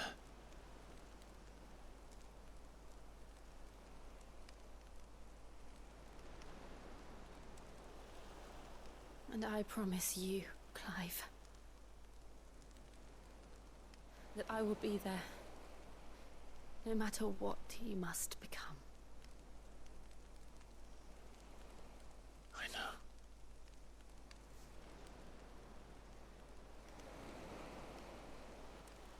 I never thought a smile could bring me so much joy.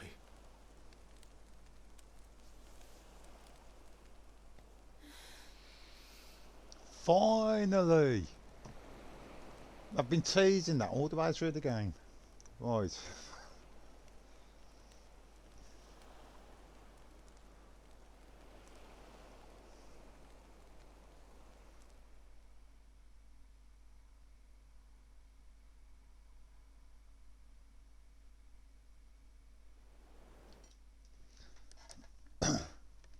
Let's take a quick break here for the toilet and a cigarette.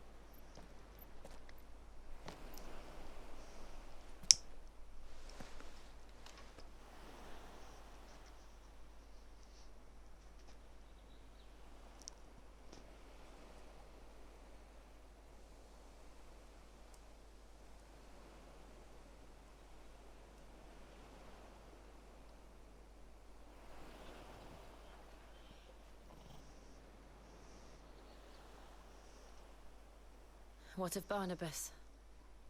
Do we pursue him? No. Our paths will cross again soon enough. Whether we like it or not. Besides, there is something we must do first.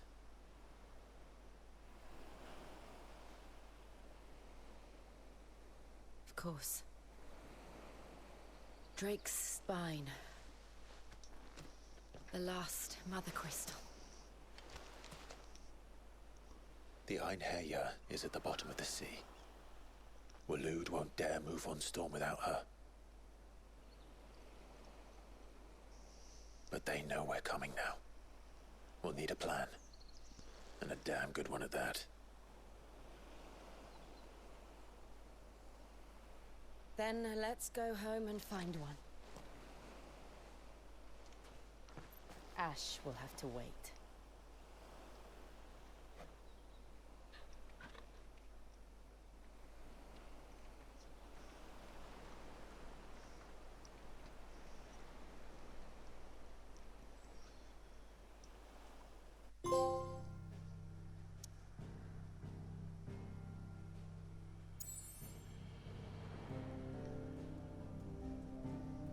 I wonder how far I've got, much I've got left of this game now.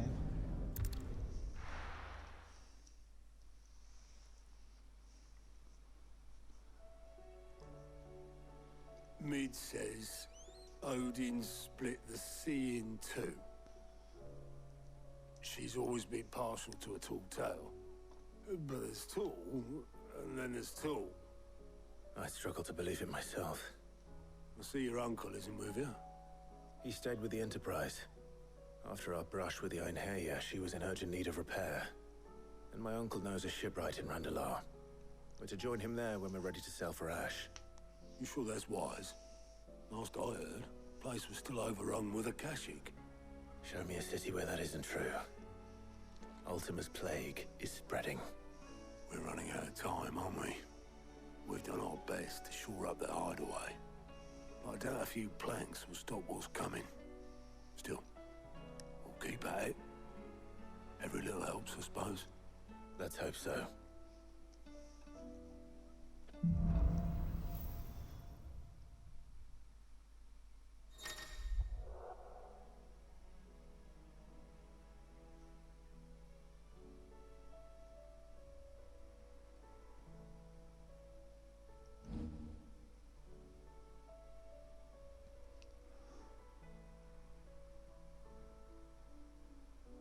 I should visit Joshua, assuming Talia will allow it.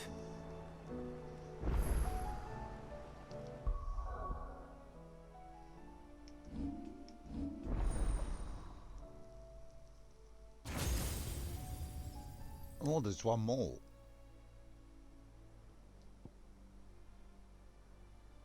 So I do get Odin's at some point, then I gather. Okay.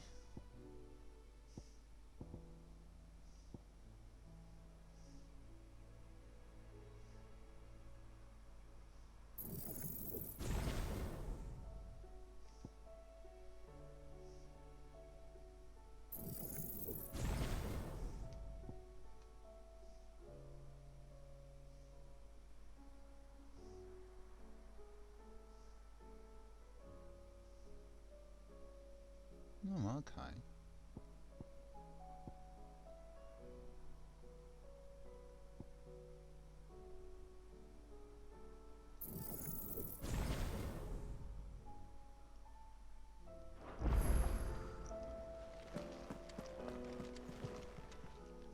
How may I help you today, Clive? Is everything we've received and everything promised? Here you are. Come again. I may have more for you. Fancy a look at the list, do you? Here you go.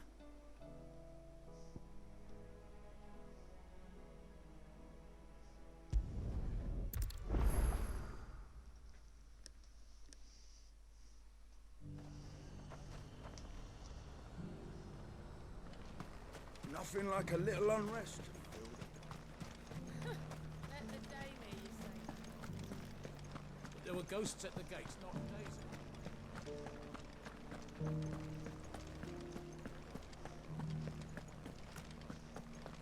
Those things I said before about not being able to fight.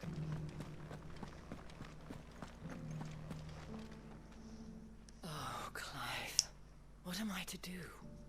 My wards and I may soon be without a home. What's happened? The High Cardinal has descended from his lofty throne and taken up residence here in Northreach. The High Cardinal? Leader of the Council of Elders, second only to his Radiance at the head of the Imperial government. Not that any of those things still exist. Now he goes by his noble title, the Duke of Oriflamme. And what does he want with Northreach? He wants to transform it into a military stronghold, a foundation upon which to build a new Sambrec.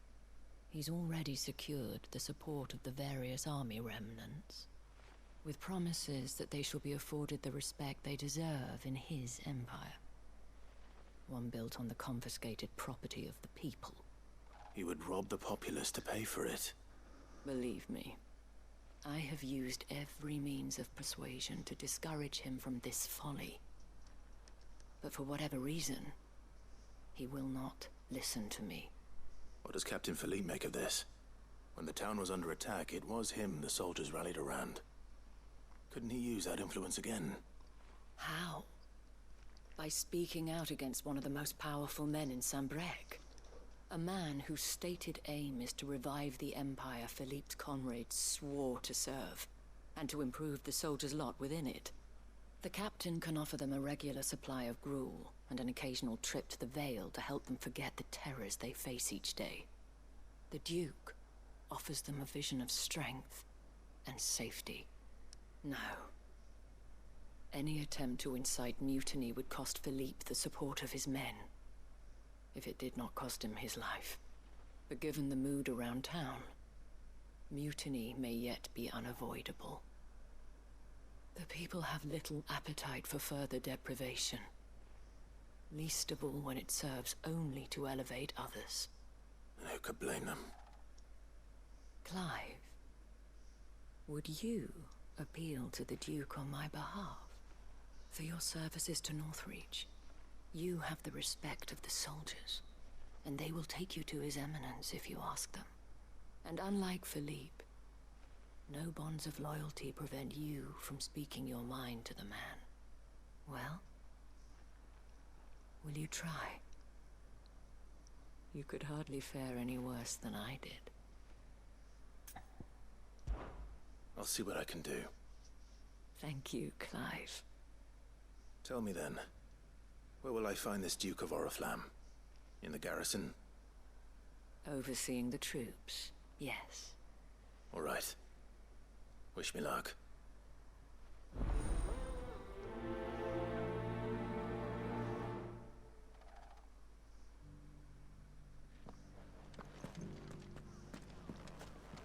I may have met this Duke before, at the Remembrance Ceremony. Let's hope I didn't make a strong impression.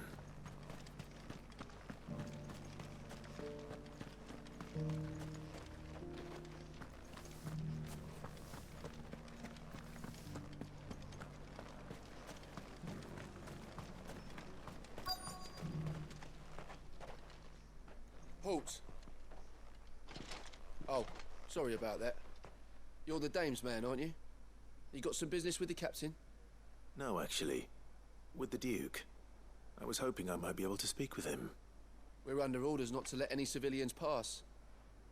But you should be all right. His Eminence has heard all about you and your heroics. Wait here.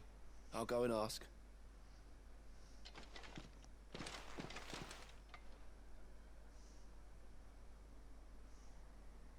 So, you are the sellsword who lent his aid to the garrison. The Empire owes you a debt, and I shall see it repaid. But tell me, is it wealth that you seek, or favor? Neither, Your Eminence.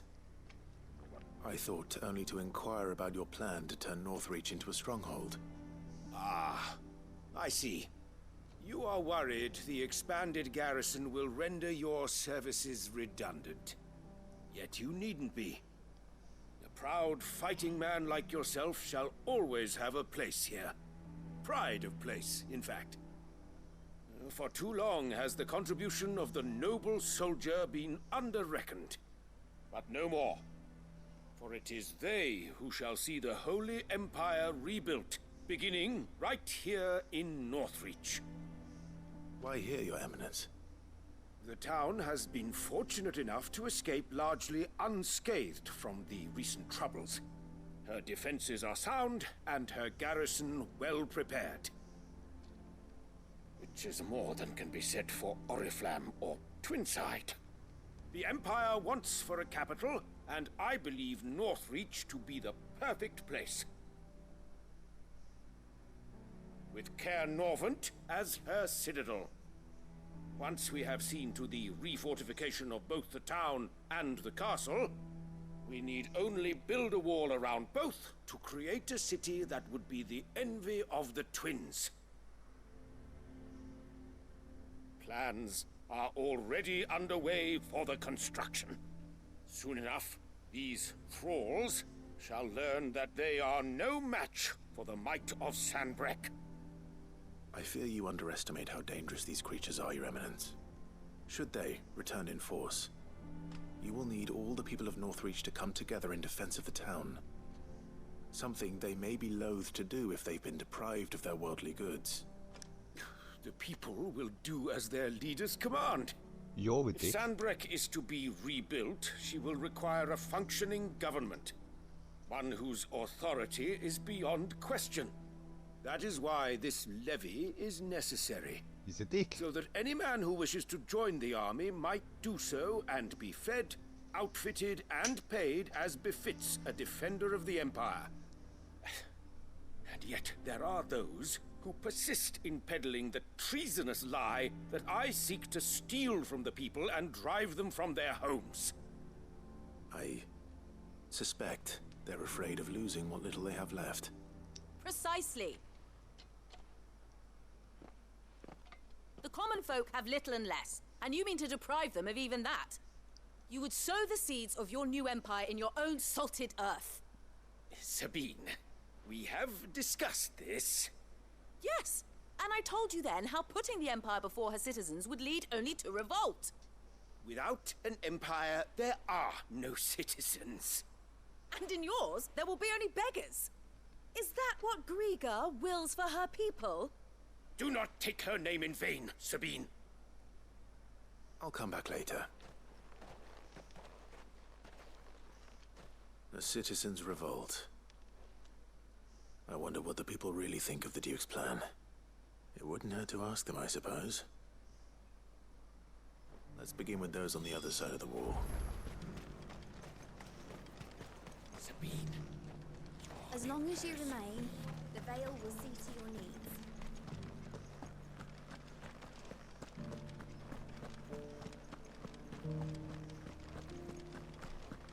You needn't fret.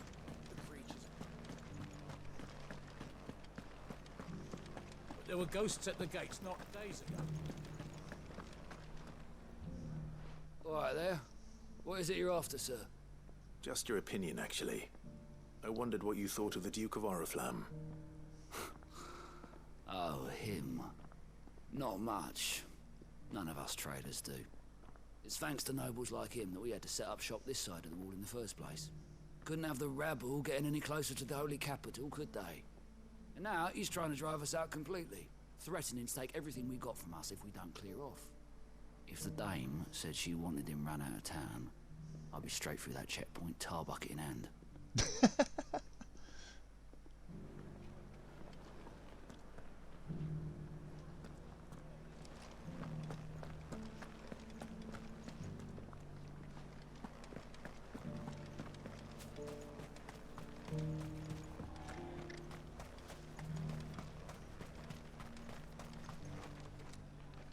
A question, if you don't mind. What do you think of the Duke of Oriflamme? Don't get me started. You build a life for yourself somewhere, only for some noble to turn up and tell you you've got to hand it all over to him. If he thinks his name and his chains give him the right to empty our purses, he's in for a rude awakening. We'll do whatever it takes to keep what's ours. Whatever it takes.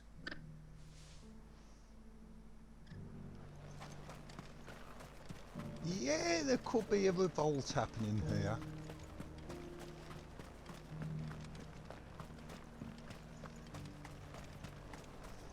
Why, your stall is as... I've been hearing a lot of talk about a certain Duke. Nothing good, I'll wager. Going around acting like he owns the place. And with hardly a word to the dame. This is her town, not his. I take it you'd rather she was in charge. As far as I'm concerned, she still is. Just need his eminence to sod off back to Oriflamme. Well, the people seem united enough. What about the soldiers?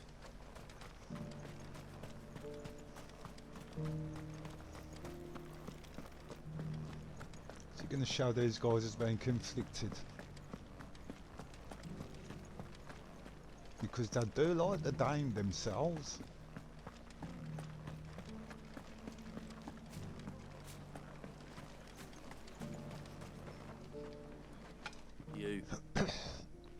You're the one who was talking to His Eminence.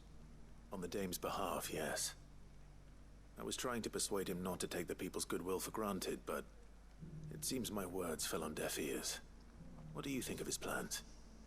I'm a soldier, mate. He tells me what to do, not the other way round. Listen, I've got nothing but respect for the dame, but I've got a family to look after. That's where my loyalties lie, not with the town or the empire, but with my wife and children. If the Duke can get us some men and the equipment we need to fight off those blue-skinned bastards, I don't care how he does it. I left Okay, well he's gonna As long as do you as he's remain, told, isn't the he? Vale will see to your needs. Okay.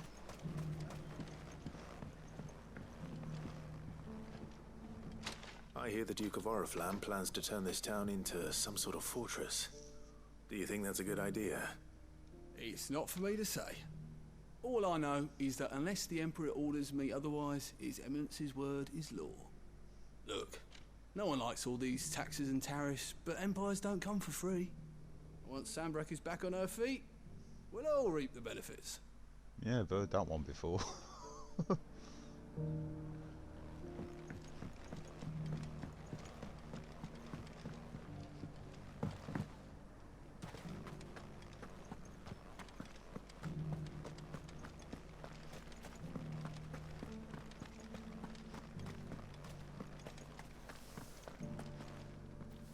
Excuse me, do you have a moment? I wondered if you'd mind sharing your thoughts on the Duke of Oriflamme. Well, he's made a lot of enemies coming in the way he did. I mean, look around us. You can see the state the realm's in.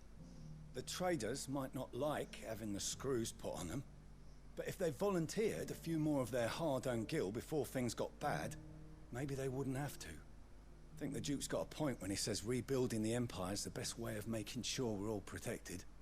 And if that means people who don't know one end of a sword from another have to make way for those who do, well, that's just how it goes. Let's see what Philippe makes of all this.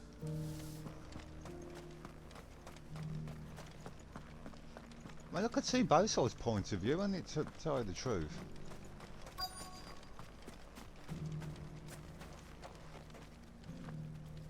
Where is it?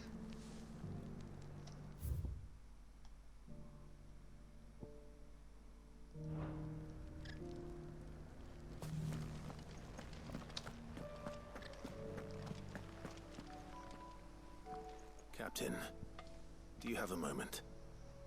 For you? Certainly. Clive, wasn't it? Thank you for last time.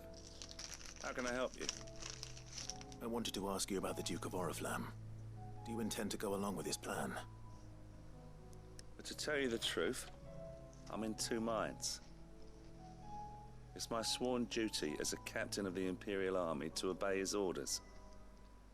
But I can't say I agree with him. Philippe, I remember you saying that you became a soldier to protect the people you loved. The Dame included. That's right, I did. Well, she doesn't agree with the Duke's orders either. She thinks they could tear Northreach apart.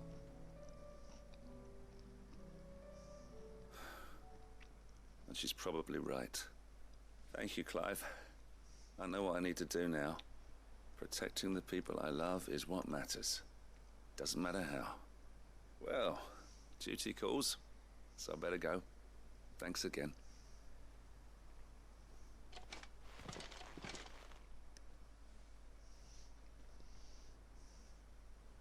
It seems Philippe wants to do the right thing at least. I expect Isabel will be pleased to hear that, if nothing else.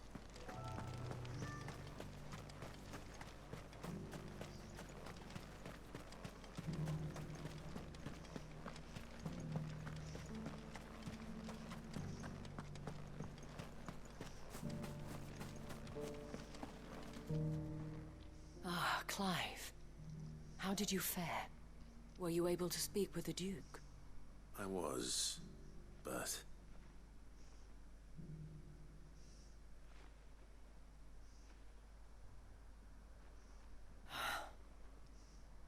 So Northreach is to be a fortress after all. Well, it will certainly help to hold back the thralls. There's no denying that. Though I doubt it will come as much consolation to the townspeople whose worldly goods are confiscated to pay for it. They deserve to be heard, Clive. To have a say in this new empire the Duke means to build. Sadly, His Eminence values their obedience more than their opinions, and hopes to reassert the authority of the state. I fear he sees the people as mere pawns on his chessboard to be sacrificed for the greater good. Needless to say, they themselves are of a different opinion, and would rather their destinies were in your hands. The soldiers, meanwhile, are content to follow their orders. And not just because of the Duke's rank, but because of his vision. I thought as much.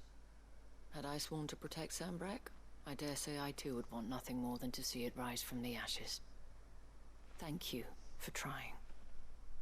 But the battle is lost. I don't know about that. What happened to your uniform? I handed it in, along with my resignation. Told the lads I wished them well, but that I owe it to those I love to call it a day. But why? Because I realize what really matters to me. Not following some nobleman's orders for the sake of it, but protecting what I care about. Protecting Northreach. I honestly don't know when those monsters will return, but I'm certain they're not finished with us yet. And when they do come back, we need to be ready for them. We need to stand together, all of us. And with you to lead us, milady, I reckon we can do it. It was you who finally convinced me, Clive. There's no point following orders if they go against everything you believe. Indeed. All of us, standing together. That has always been Northreach's best hope, and one which still lies within our grasp. We have only to turn our attentions to the true enemy. Thank you, Philippe, for showing me what I must do. Anything for you, milady. Speaking of standing together, would you mind if I borrowed a few of the lads from the Vale to help keep watch around the town? I fear His Eminence has loftier tasks in mind for the guard. Not at all. Be my guest. Wouldn't be the first time. Yeah.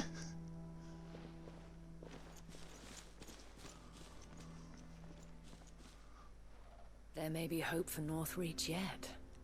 Especially with men like you and Philippe to champion our cause.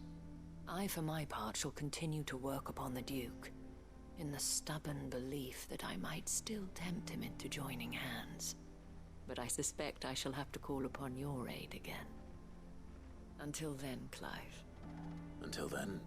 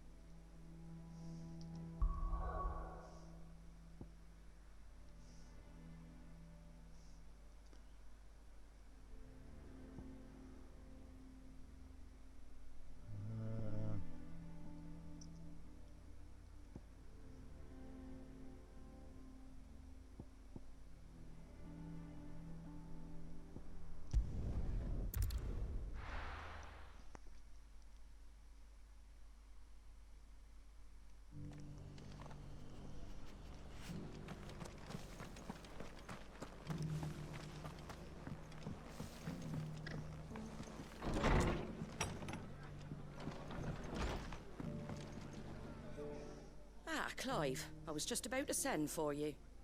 I'd like you to take something to Sir Wade up in Eastpool. Seeds for planting. Thought it was about time they started growing their own food. I'll keep providing them with whatever they need in the meantime, of course. But if Eastpool's going to survive, it's got to be able to fend for itself. As have those poor bearers. They've lived their whole lives in servitude, but now they're their own masters. Small wonder they ain't got the foggiest how to provide for themselves. So it's up to us to teach them. And if you're wondering why you, well, the wagoneers taking supplies up that way have been coming back with more and more reports of Akashic around the village of late. Sir Wade's putting a brave face on it, but I think even he's starting to worry. And if he's likely to share those concerns with anyone, it's you. All right. Thanks. Wouldn't ask if I didn't have to. There. That should be enough to keep him in Gazal Greens for a few years at least. Gazal Greens. Not the most mouth-watering crop, I'll admit. But they're hardy, they grow fast, and they fill a hole. Better that than something that'll wither away at first frost. And chocobos love 'em too, which is no small thing. When I say all of us need to pull together to get Eastpool back on its feet, I mean all of us. They ain't exactly succulent, but cook 'em right, and they're just about bearable. I'll take your word for it. Anyway, Sir Wade'll know what to do with them. And if he don't, well, I'll go up there and show him myself. I'm sure you will.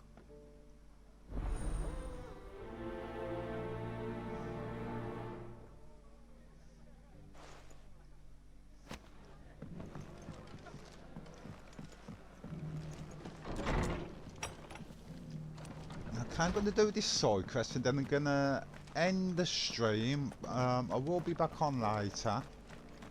I just want to take this joy I'll build a barricade so sturdy. pad apart and see if I can get clean out the analog stick potentiometers. It's obviously not just affecting the one, it's affecting both of them now, so... Can hardly make out a bloomin' thing. All for a sunny day.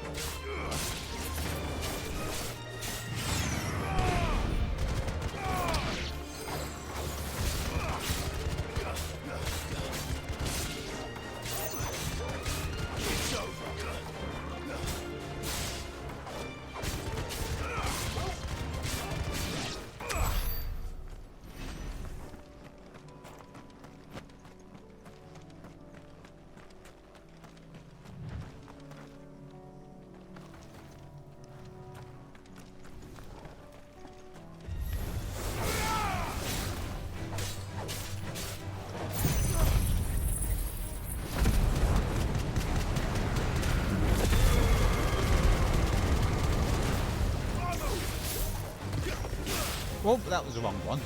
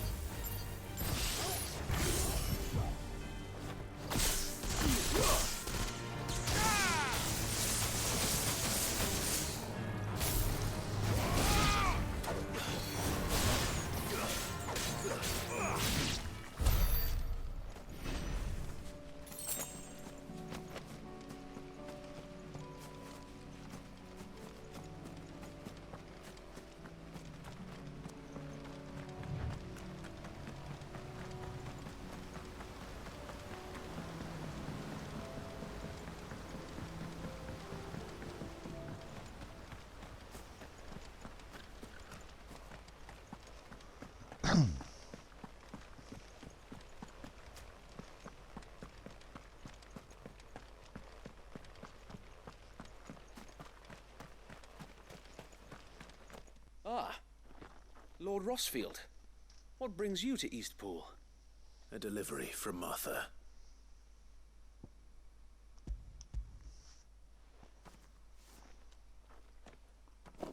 These are Gizal green seeds.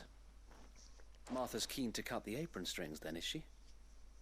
I jest, of course.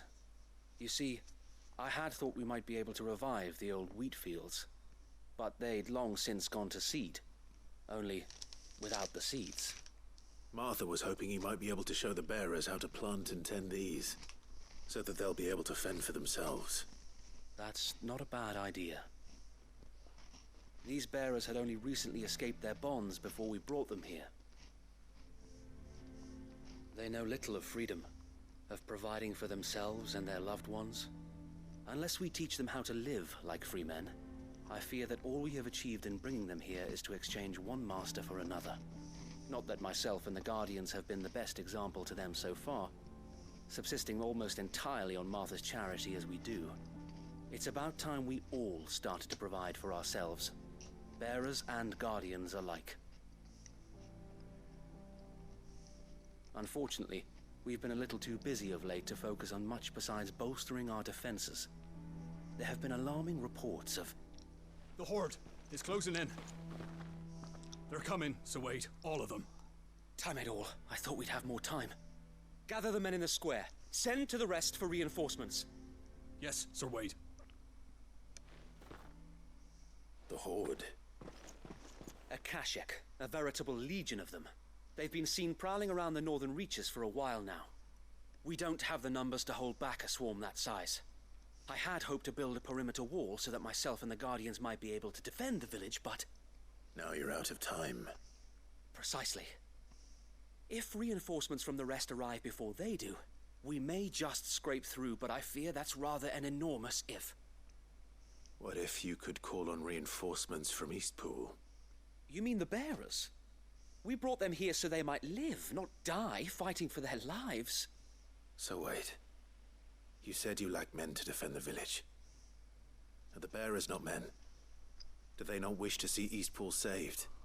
Though they may not be trained soldiers like your Guardians. What help they are able to offer could still prove the difference between victory and defeat. You're right, my lord. I will appeal to them.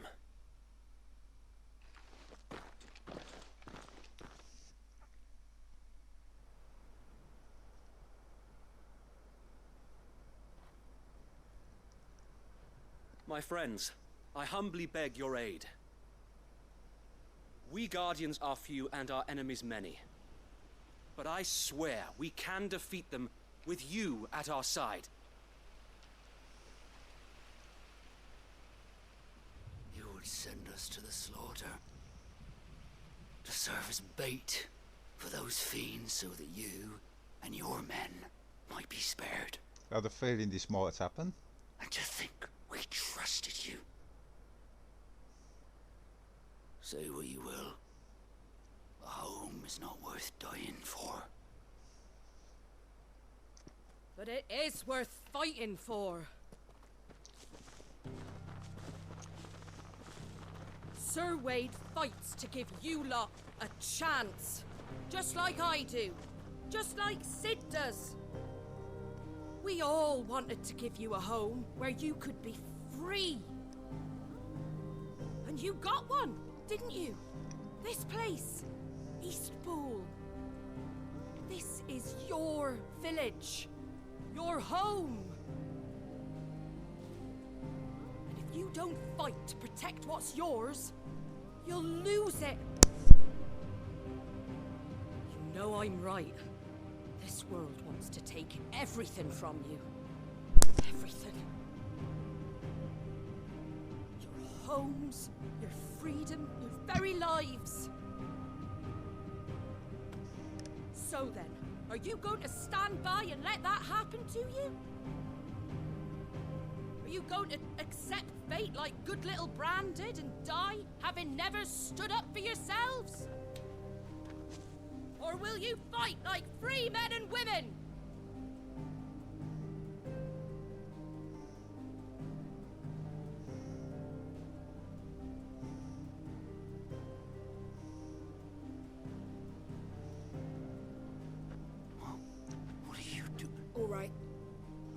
give me a sword.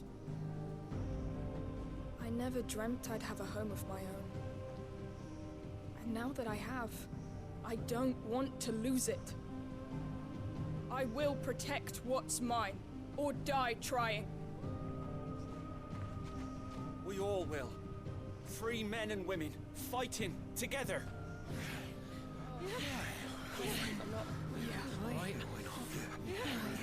For Eastpool! For Eastpool!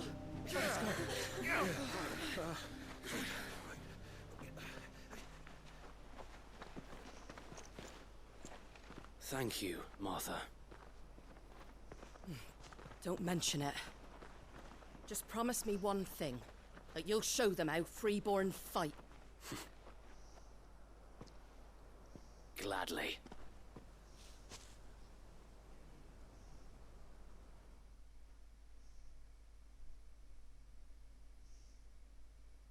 Well, if it was numbers you were lacking, you certainly won't be now. Thanks to you. Me?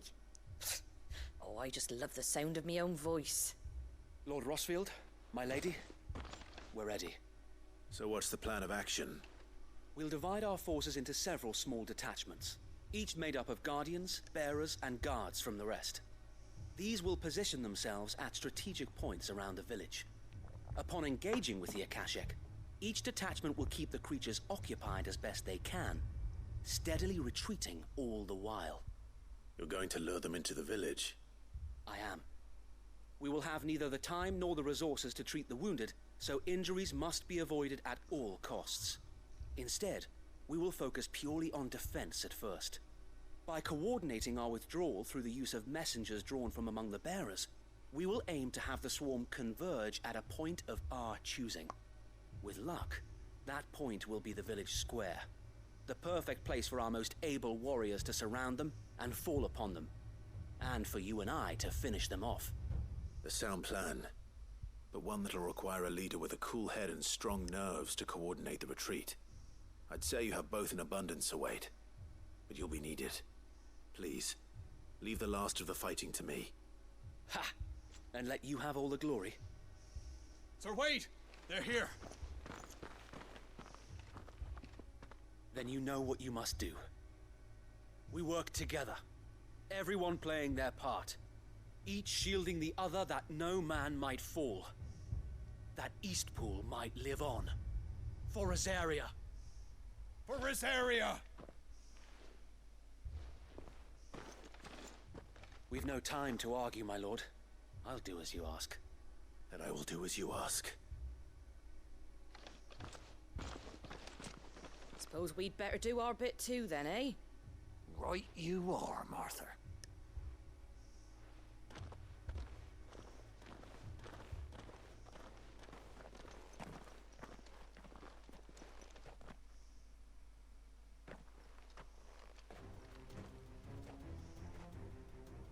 The calm before the storm.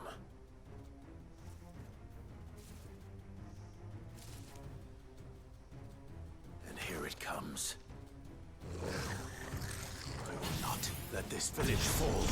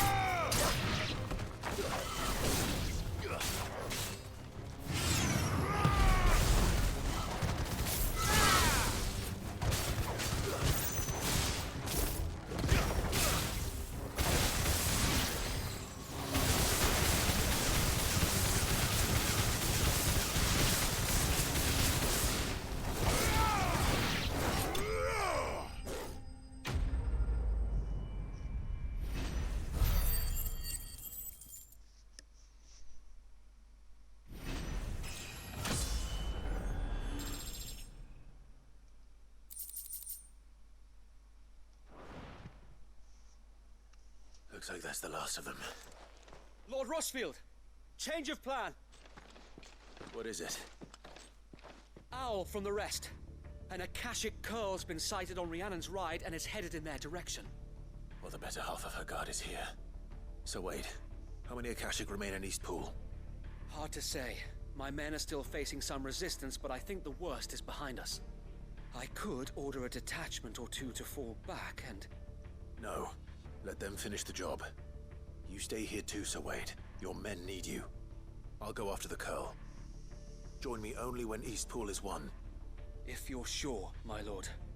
May the Founder protect you.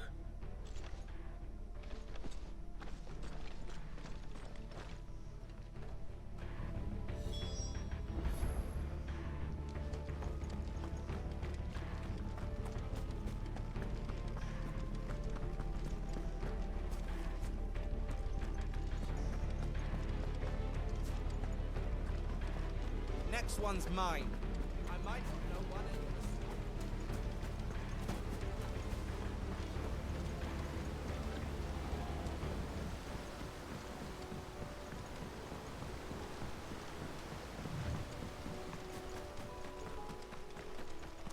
Good job, I did save my priming then.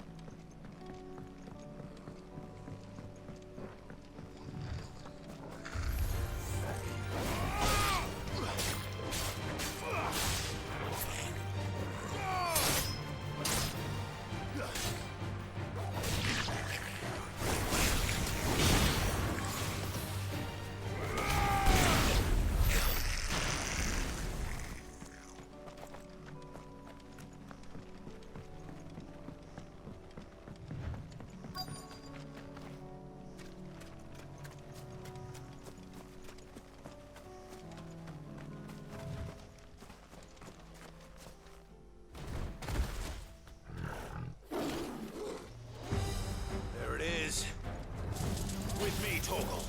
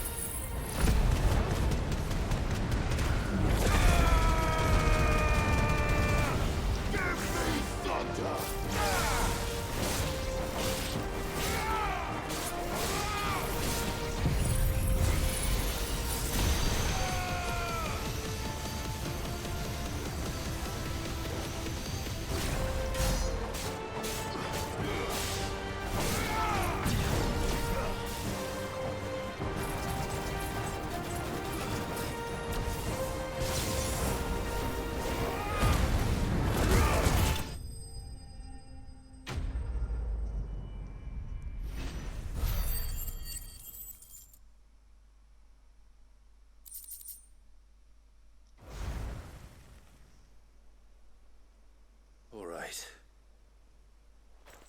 Back to East Pool.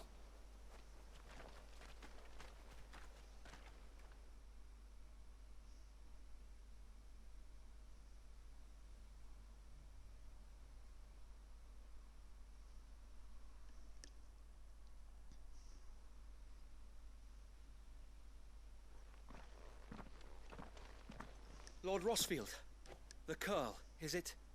It's dead. Thank the Founder for that. And for you, my lord. We were able to eradicate the rest of the Horde. I have guardians posted around the village to keep watch for further attacks, but all seems quiet for now. I hesitate to say it, but I think it might be over. I think it might.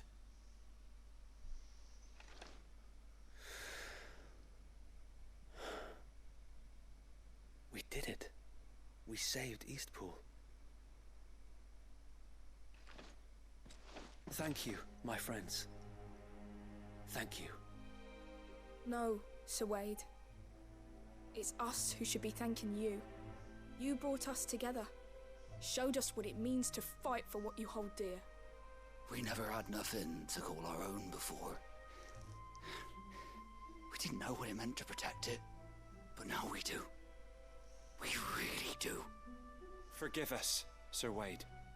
You and your people saved us, and still we doubted you. But there's no doubt in my mind anymore. We're free men now, so we have to start acting like it. We have to fight to protect what's ours, to protect Eastpool. And we shall. We all shall. Together. This is our home. And if anyone or anything tries to take it away, they'll have us to answer to. Come on then. Let's get to work. This village isn't gonna rebuild itself.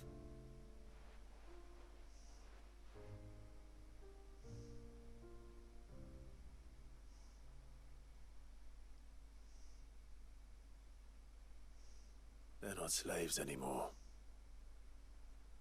No. They're Rosarians. Your father took pity on the bearer's plight, and I believe if he was still with us today, this is what he would have wanted. I believe you might be right. I shall remain here, my lord, and do what I can to help rebuild the village. After all, this is my home now too, and I could hardly call myself an Eastpoolian if I didn't pull my weight. I think you'll find it's Eastpudlian, Sir Wade. But you should be proud all the same. I'll have to pull my weight too. Can't have the rest getting outclassed. Speaking of which, I ought to be getting back. Can we continue to count on your support, Martha? Of course, and I'll be counting on yours too. Us Rosarians have got to stick together, haven't we? Indeed we have. And Clive, come by the Golden Stables when you get the chance. I ain't paid you for delivering them seeds yet. All right. I will.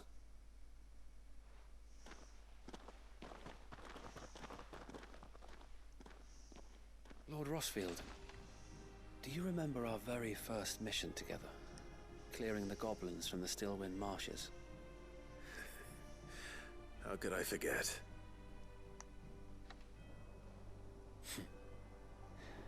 There's one sight that I shall never forget. You, facing off against that giant Morble.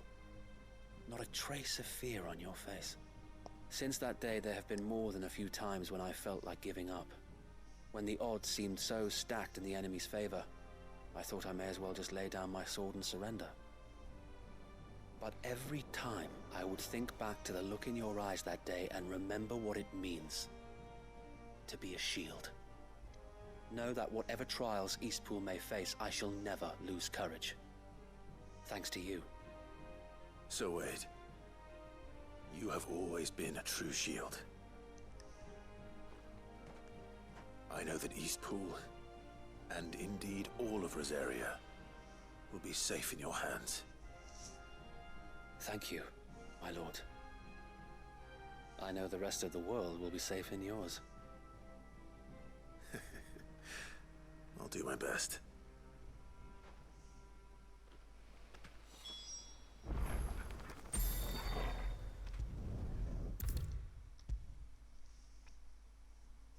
That was nice and easy, if time consuming. I don't think I'm going to pause the stream actually. The hero returns. It's lucky you came by when you did, eh? Not only did my seeds get delivered, but you went and saved Eastpool and all. I just did what I could. And it's only right that you get rewarded for it. Take it before I change my mind. Thank you, Martha. So, Eastpool's finally back on its feet again. And a home to free bearers. Who'd have thought we'd see the day, eh? Well, it was your idea. I know that, but I never stopped to think what it would mean. Bearers in charge of themselves, thinking for themselves, working for themselves. Like your hideaway, but not even hidden away. Though I suppose the rest ain't much different nowadays. You know, bearers living free like that reminds me of when I first met Sid. Loath as I am to recall that particular day. I take it you didn't always see eye to eye. What happened? Well, if you really want to know, I started doing what I do long before I met Sid. In fact, that's how I met him. Or at least how he came to meet me. He showed up at the stables one day, asking questions about who'd been buying up bearers. Founder knows what he thought I was doing with them. Running a hunt, poking around in their innards.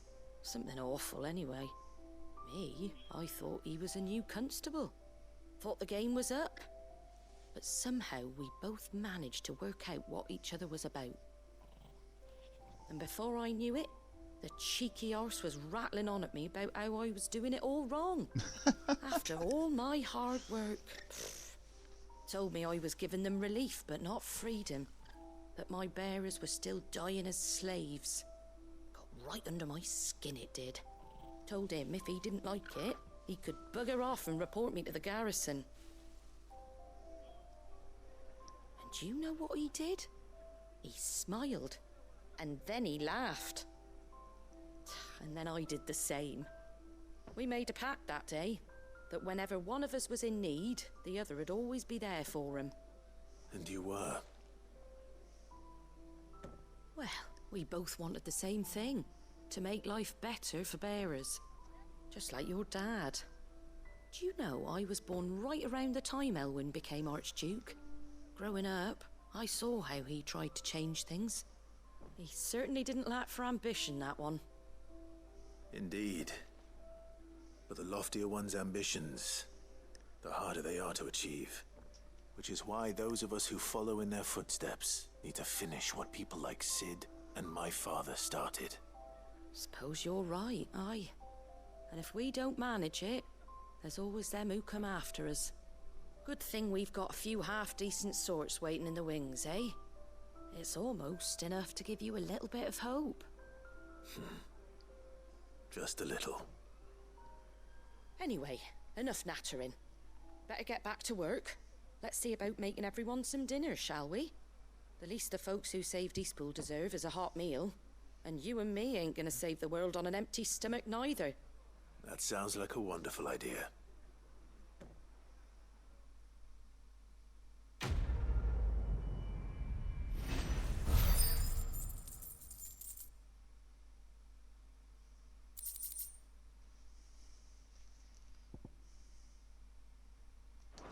Fair enough. Okay, if you're watching on YouTube, this is going to be the end of it. If you like the video, then you would click like and subscribe. Yeah, I can't get my words out, sorry. Like and subscribe. Then please click them. It really help me out a lot. And if you want, you can always come on over to Twitch and follow me on there. And you can come and watch me play the games live and interact with me.